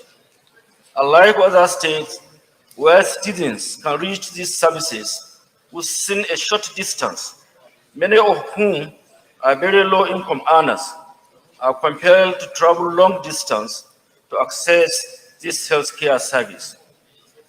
Considering that farming and grazing are the major occupation of the people, the financial implications of reaching such medical care is beyond them. As a result, it has become commonplace for citizens to give up on loved ones to die from preventable diseases, either at home, on the way, or a few hours after arriving lower hospitals, have become one of the problems confronting the people of Zamfara State. It is on record that the maternal mortality rate at Federal Medical Center Gusau is higher, precisely 7.2%, than the national average of 5.7%, with most days occurring within 24 hours of admission. This in addition to the ever-increasing under 5 mortality rate and other preventable deaths resulting from higher risk epidemic outbreaks involving malaria and Lassa fever, acute watery diarrhea, acute respiratory infection, measles, yellow fever, meningitis, cholera, malnutrition, etc., that the presence of a teaching hospital can ameliorate. The presence of a teaching hospital in Gusau will provide the medical facilities, specialist physicians and surgeons, resident medical doctors, doctors and trained student doctors to take charge of the most needed services. Mr. President, distinguished colleagues, from all perspectives, the establishment of a teaching hospital in Gusau is long overdue, especially now that for an upgrade of the center to a university teaching hospital. More so, the commencement of such medical courses at the Federal University of Gusau makes the establishment of a teaching hospital a necessity for both teachers and students. This bill, when passed, will have no immediate financial burden on the federal government treasury, as the facilities for the immediate takeoff of the proposed university teaching hospital Gusau are already in place. The presence of a university teaching hospital is desirable, understanding that such federal service will usher in business and employment opportunities to the larger number of unemployed youth in the state, from transporters to food vendors, sanitation workers, laborers, farmers, and such like. There will be a positive impact. Mr. President, distinguished colleagues, this bill seeks to give the legal framework for the establishment of the Federal University of Gusau Teaching Hospital, a project that is long overdue. I call on you, therefore, to unanimously support this bill in order to reduce the crisis and suffering of my people, the good people of Zamfara State. Thank you, Mr. President. Senator Slim Fola. Thank you, Mr. President. My distinguished colleagues, my name remains Slim Folari, and I represent Oyo Central. Mr. President, I rise to second this bill, which seeks to provide for the establishment of a teaching hospital for the Federal University of Gusau. Mr. President, distinguished colleagues, what is worth doing well. If you're going to have a federal university like the one we have in Gusau, it makes sense to also have a teaching hospital where you can use as a platform to teach, to train future medical staff, doctors, dentists, and the rest. Mr. President, what I also like about this bill is that it is not seeking to create a new structure. We all know we are living through difficult times. All it seeks to do is to upgrade an existing medical facility, which I think is excellent. On this note, Mr. President, I want to encourage my other colleagues to please support this bill. Thank you. Senator Kabiruga. Mr. President, my distinguished colleagues, I'm Senator Kabiruga, representing the people of Kano South from Kano State. Mr. President, thank you for giving me the opportunity to support this bill raised by Senator Habia, which is going to talk on the issue of establishing a federal university teaching hospital in Gusau. Actually, when there are any cases of disease, it moves from the village to the local government headquarters. From the local government headquarters, it moves to the capital. And Gusau is the capital of Zamfara, so there need to have a teaching hospital in that location. I support the bill, Mr. President. There is a need for establishing this teaching hospital in Gusau. I so support. The Deputy Chief Whip. Thank you, Mr. President, distinguished colleagues. I'm Aliu Sabi Abdullahi. I represent Niger North, Niger State. Mr. President, let me commend my brother for this particular bill and to lend my voice in supporting that this bill be read the second time. Mr. President, in doing so, let me say that in his submission, he listed a number of diseases that are problematic. And I think one of the reasons why you needed a teaching hospital is to facilitate the training of all manners of medical personnel. And of course, if you look at the current situation we are having, it is apt in this kind of institutions, so that when we have more people and we have a situation where some other people who are not ready to work for government, the training of health personnel can be a continuous thing. So having this institution to support the Federal University, Gusau, it's not just the right thing, it's actually the wise thing to do.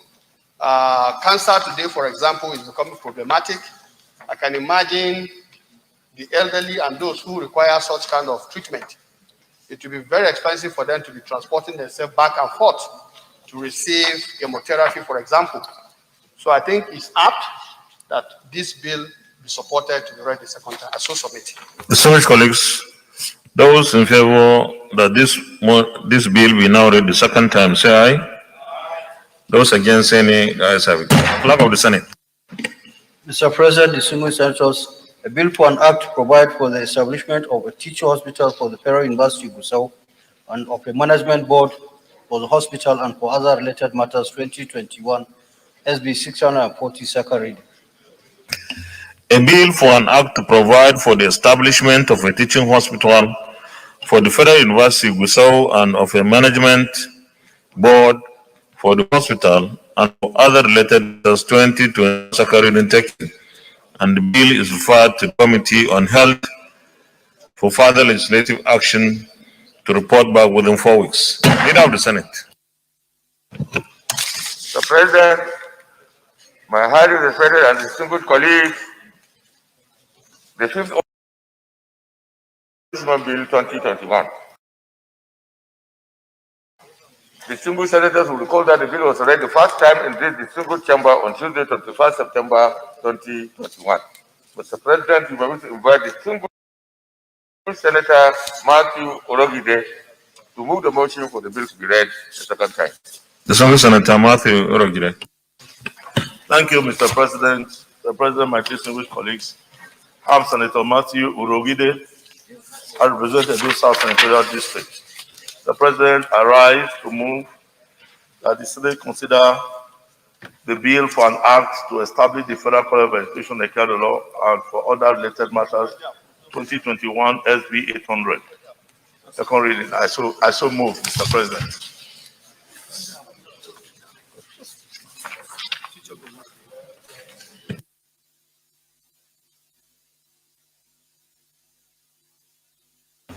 Have you finished the presentation? You have finished.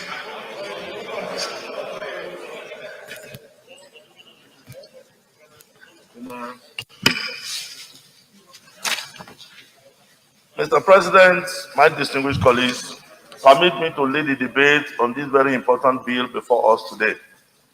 The bill calls for the enactment of the Federal College of Education Ekado Law, already established by Presidential Fiat, to fulfill the aspirations of thousands of school leavers from within and outside the state who desire to become professional teachers and to yearn to enjoy access to high standards of academic instruction from a federal institution of higher learning under the umbrella of the Nigerian Commission for College of Education, NCCE. This bill was first read for the first time in this hallowed chamber on Tuesday, 21st September 2021. Over the years, Nigeria has implemented policies to improve the standard of education and increase the number of quality teachers. The objectives of the college, among other things, shall be A, to develop and offer academic and professional programs leading to the award of certificates in education. B, to provide teachers with operational competence for teaching in pre-tertiary institutions, basic, senior secondary schools, and non-formal education institutions.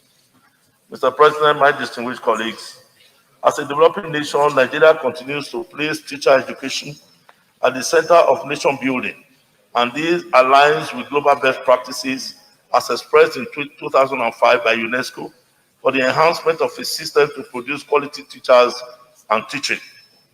Undoubtedly, the realization that College of Education will be a tool of national development lead to an unbridled quest for vigorous expansion of College of Education in Nigeria. The objectives of the college as outlined in the bill, among others, include: one, to encourage the advancement of learning to all persons without distinction of race, creed, sex, or political conviction. Two, to develop and offer academic and professional programs leading to the award of certificates in education. Three, to provide social mature educational men and women with capabilities not only to understand educational needs of Nigeria as a nation, but also to exploit existing educational infrastructure and improve on it to develop new ones. Five, to act as agents and catalysts for effective educational system through research and innovation for effective economic utilization and conservation of the country's human resources. Six, to bring quality change in education by focusing on teacher education through teaching and learning innovations. Seven, to collaborate with other national and international institutions involved in training, research, and development of education with a view to promoting governance, leadership, and management skills among to identify educational needs of the society with a view to finding solutions to them within the context of overall national development. Mr. President, my distinguished colleagues, the enactment of this bill will help in transforming the educational infrastructure in Nigeria. Therefore, distinguished colleagues, it is my prayer and passionate call on you to consider the plight of the people who are desirous of becoming professional teachers. Mr. President, distinguished colleagues, as already indicated, this college has been established by presidential fiat by Mr. President CNC and has assumed the state of college of education law. What this bill is to achieve is to provide the needed legal and legislative framework for the college. In line with Orders 77 subsection 3 of the Senate Standing Order 2015 as amended, a compendium of the financial implication of the establishment of the college is hereby attached. Therefore, I urge you, Mr. President, and my very distinguished colleagues, to support the official passage of this bill. Thank you very much, Mr. President. Senator Biodun Olujimi. Thank you very much, Mr. President, distinguished colleagues. Mr. President, I stand to support this bill for the act to establish the Federal College of Education, Ekiado Law. Mr. President, the bill speaks for itself. For the federal government to have established a College of Education by fiat means that the government realizes the fact that there is a need for teacher education in the country. And this is why, Mr. President, you will notice that we have more bills on the establishment of colleges of education across the nation, because without the relevant teachers, education cannot be taken to the level at which we desire. Mr. President, this is just to ensure that the framework for the already established College of Education is established. And I believe that our colleagues will support this, and the Senate will also support the establishment of more federal colleges of education across the nation. Thank you, Mr. President. Is anybody against the bill? Those in favor that this bill will now read a second time, say aye. Those against, say nay. The ayes have it. Clerk of the Senate.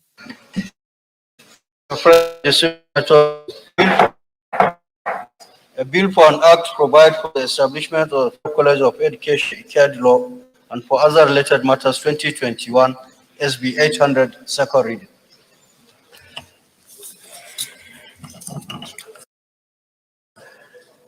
A bill for an act to provide for the establishment of the Federal College of Education, Ekiadolo, and for other related matters 2021 second reading taken, and the bill is referred to the Committee on Tertiary Institutions and Third Fund to report back within 4 weeks.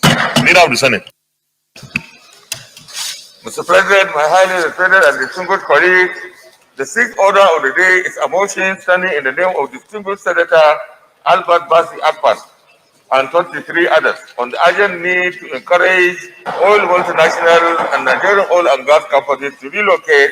Chief Whip, the chamber is a bit noisy, please.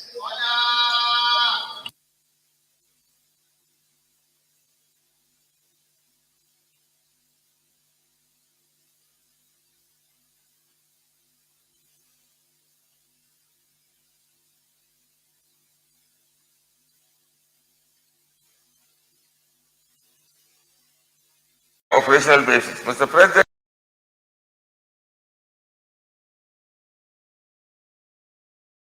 you are to invite the single Senator Albert Basi Akpan to move the motion. To move the motion. The single Senator Albert Basi Akpan. Nothing. Thank you, Mr. President. My distinguished colleague, Senator Albert Basi Akpan, Akwa Ibom Northeast. Mr. President, this is a motion on the need to encourage all multinational and Nigerian oil and gas companies to relocate to the operational basis.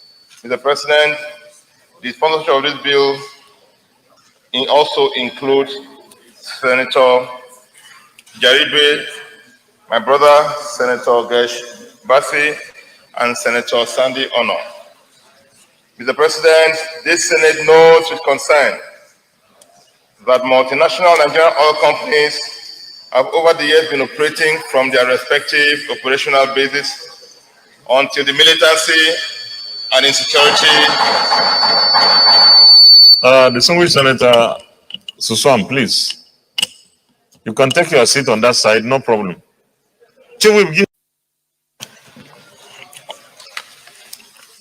Until the militancy and insecurity in the host communities in the Niger Delta became the order of the day.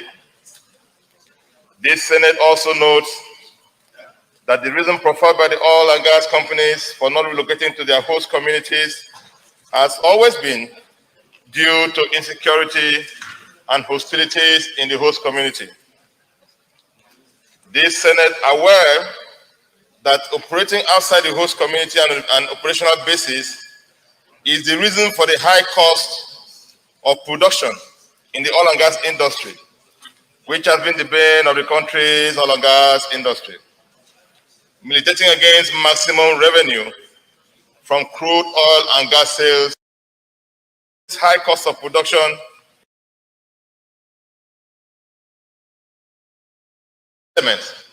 of our petroleum industry value chain. This Senate convenes that the recent passage and signing into law of the Petroleum Industry Act 2021 by the National Assembly and the President of the Federal Republic of Nigeria, respectively, is a major milestone towards the restoration of lasting peace in the host communities. This Senate further convenes that the Petroleum Industry Act 2021 now places certain responsibilities on security, peace, and safety of oil and gas infrastructure on the host communities to safeguard and ensure peaceful coexistence between oil and gas companies and their host community. This Senate further convenes that it's an opportunity to restore infrastructural facilities abandoned by the various oil and gas companies in their various operational bases to ensure their full utilization. This Senate assured that the relocation of these companies to their host communities will further boost development in those areas and enhance corporate social relationships and strengthen our collective resolve to considerably reduce the contentious costs of production and ensure adequate returns to the Federation accounts. This Senate accordingly resolved to mandate its committees on petroleum resources upstream, downstream, and petroleum and gas to liaise with the Ministry of Petroleum Resources and the Presidential Implementation Committee on the Petroleum Industry Act to facilitate the relocation of the oil and gas companies in Nigeria to their various operational bases to ensure their smooth operation. I so move, Mr. President. Distinguished Senator Njenje. Thank you, Mr. President. My name is Degi Eremiayo. I represent Bayelsa East Senatorial District. Mr. President, my distinguished colleagues, I rise to speak in support of this motion of which I am a co-sponsor. Mr. President, he who wears the shoe knows where it pinches. And if the shoe is not oversized,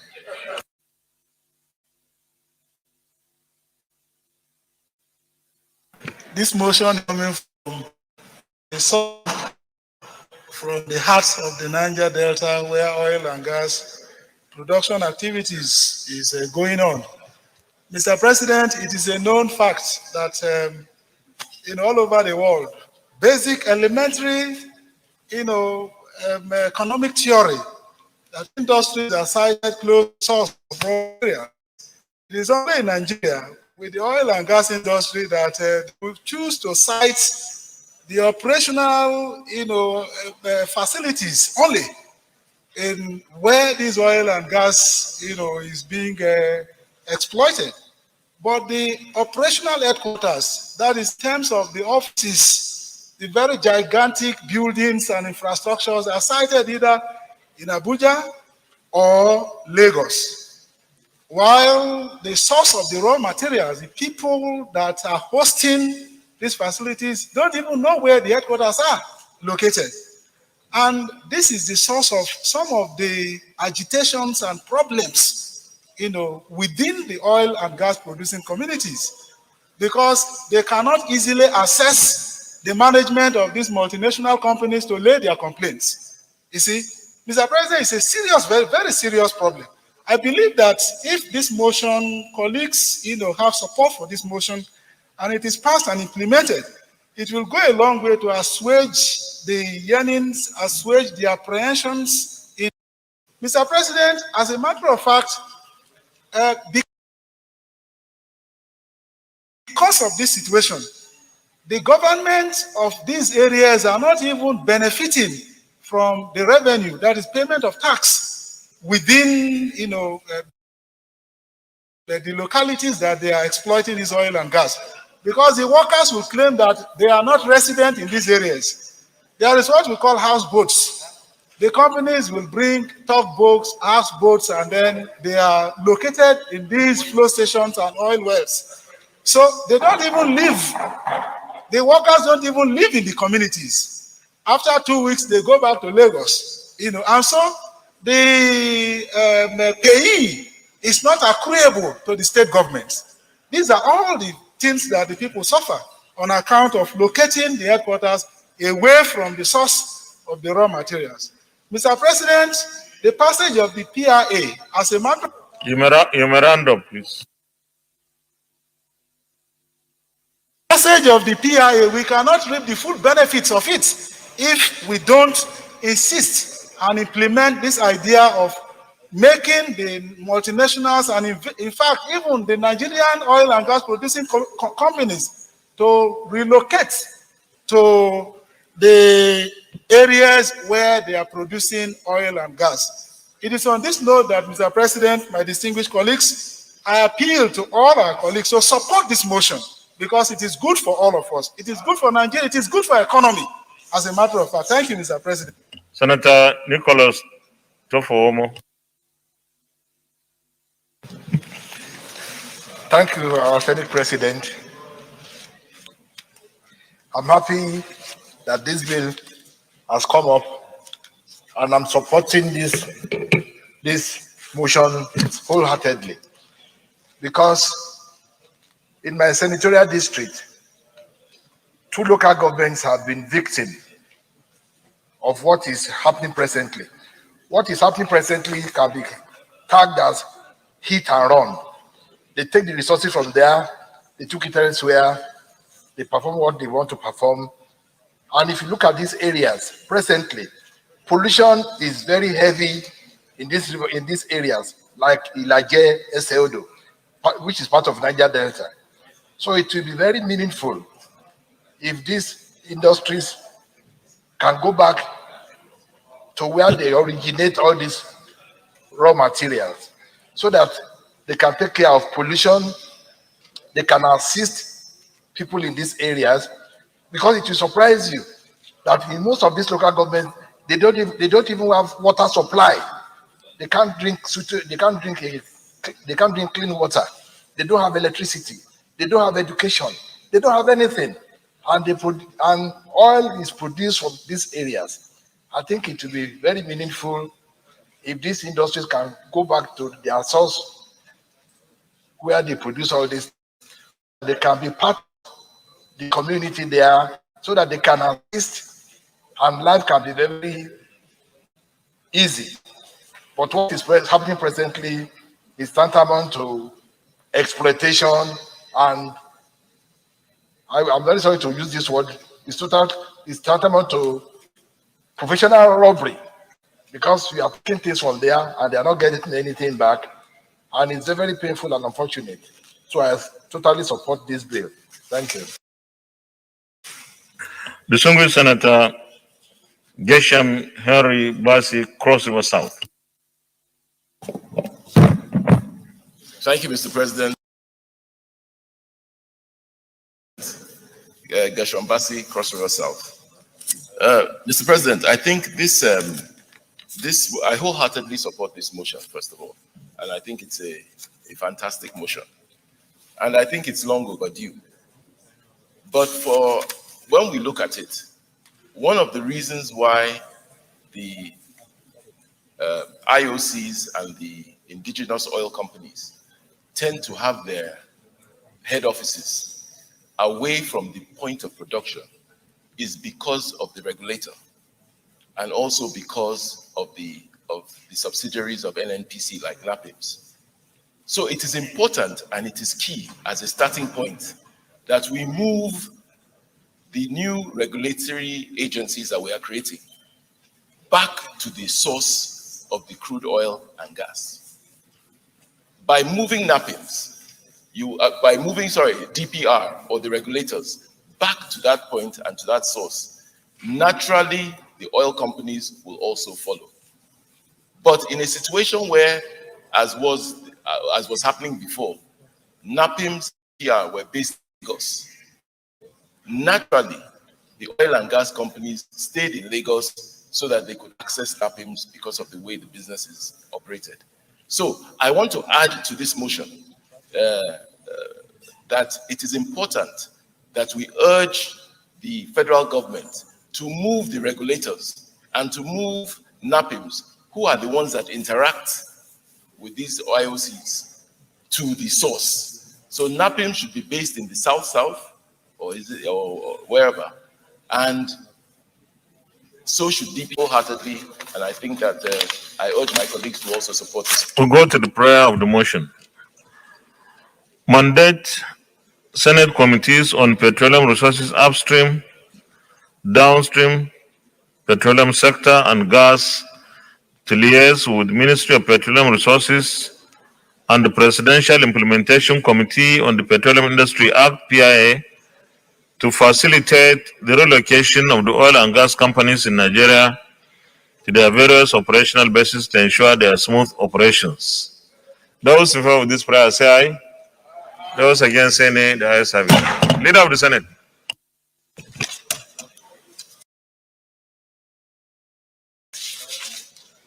Mr. President, my highly respected and distinguished colleagues, the seventh order of the day is a motion on the urgent need to conduct investigation on allegation of fake COVID-19 test results being used to defraud Nigerians in Ghana COVID-19 vaccination card. Mr. President,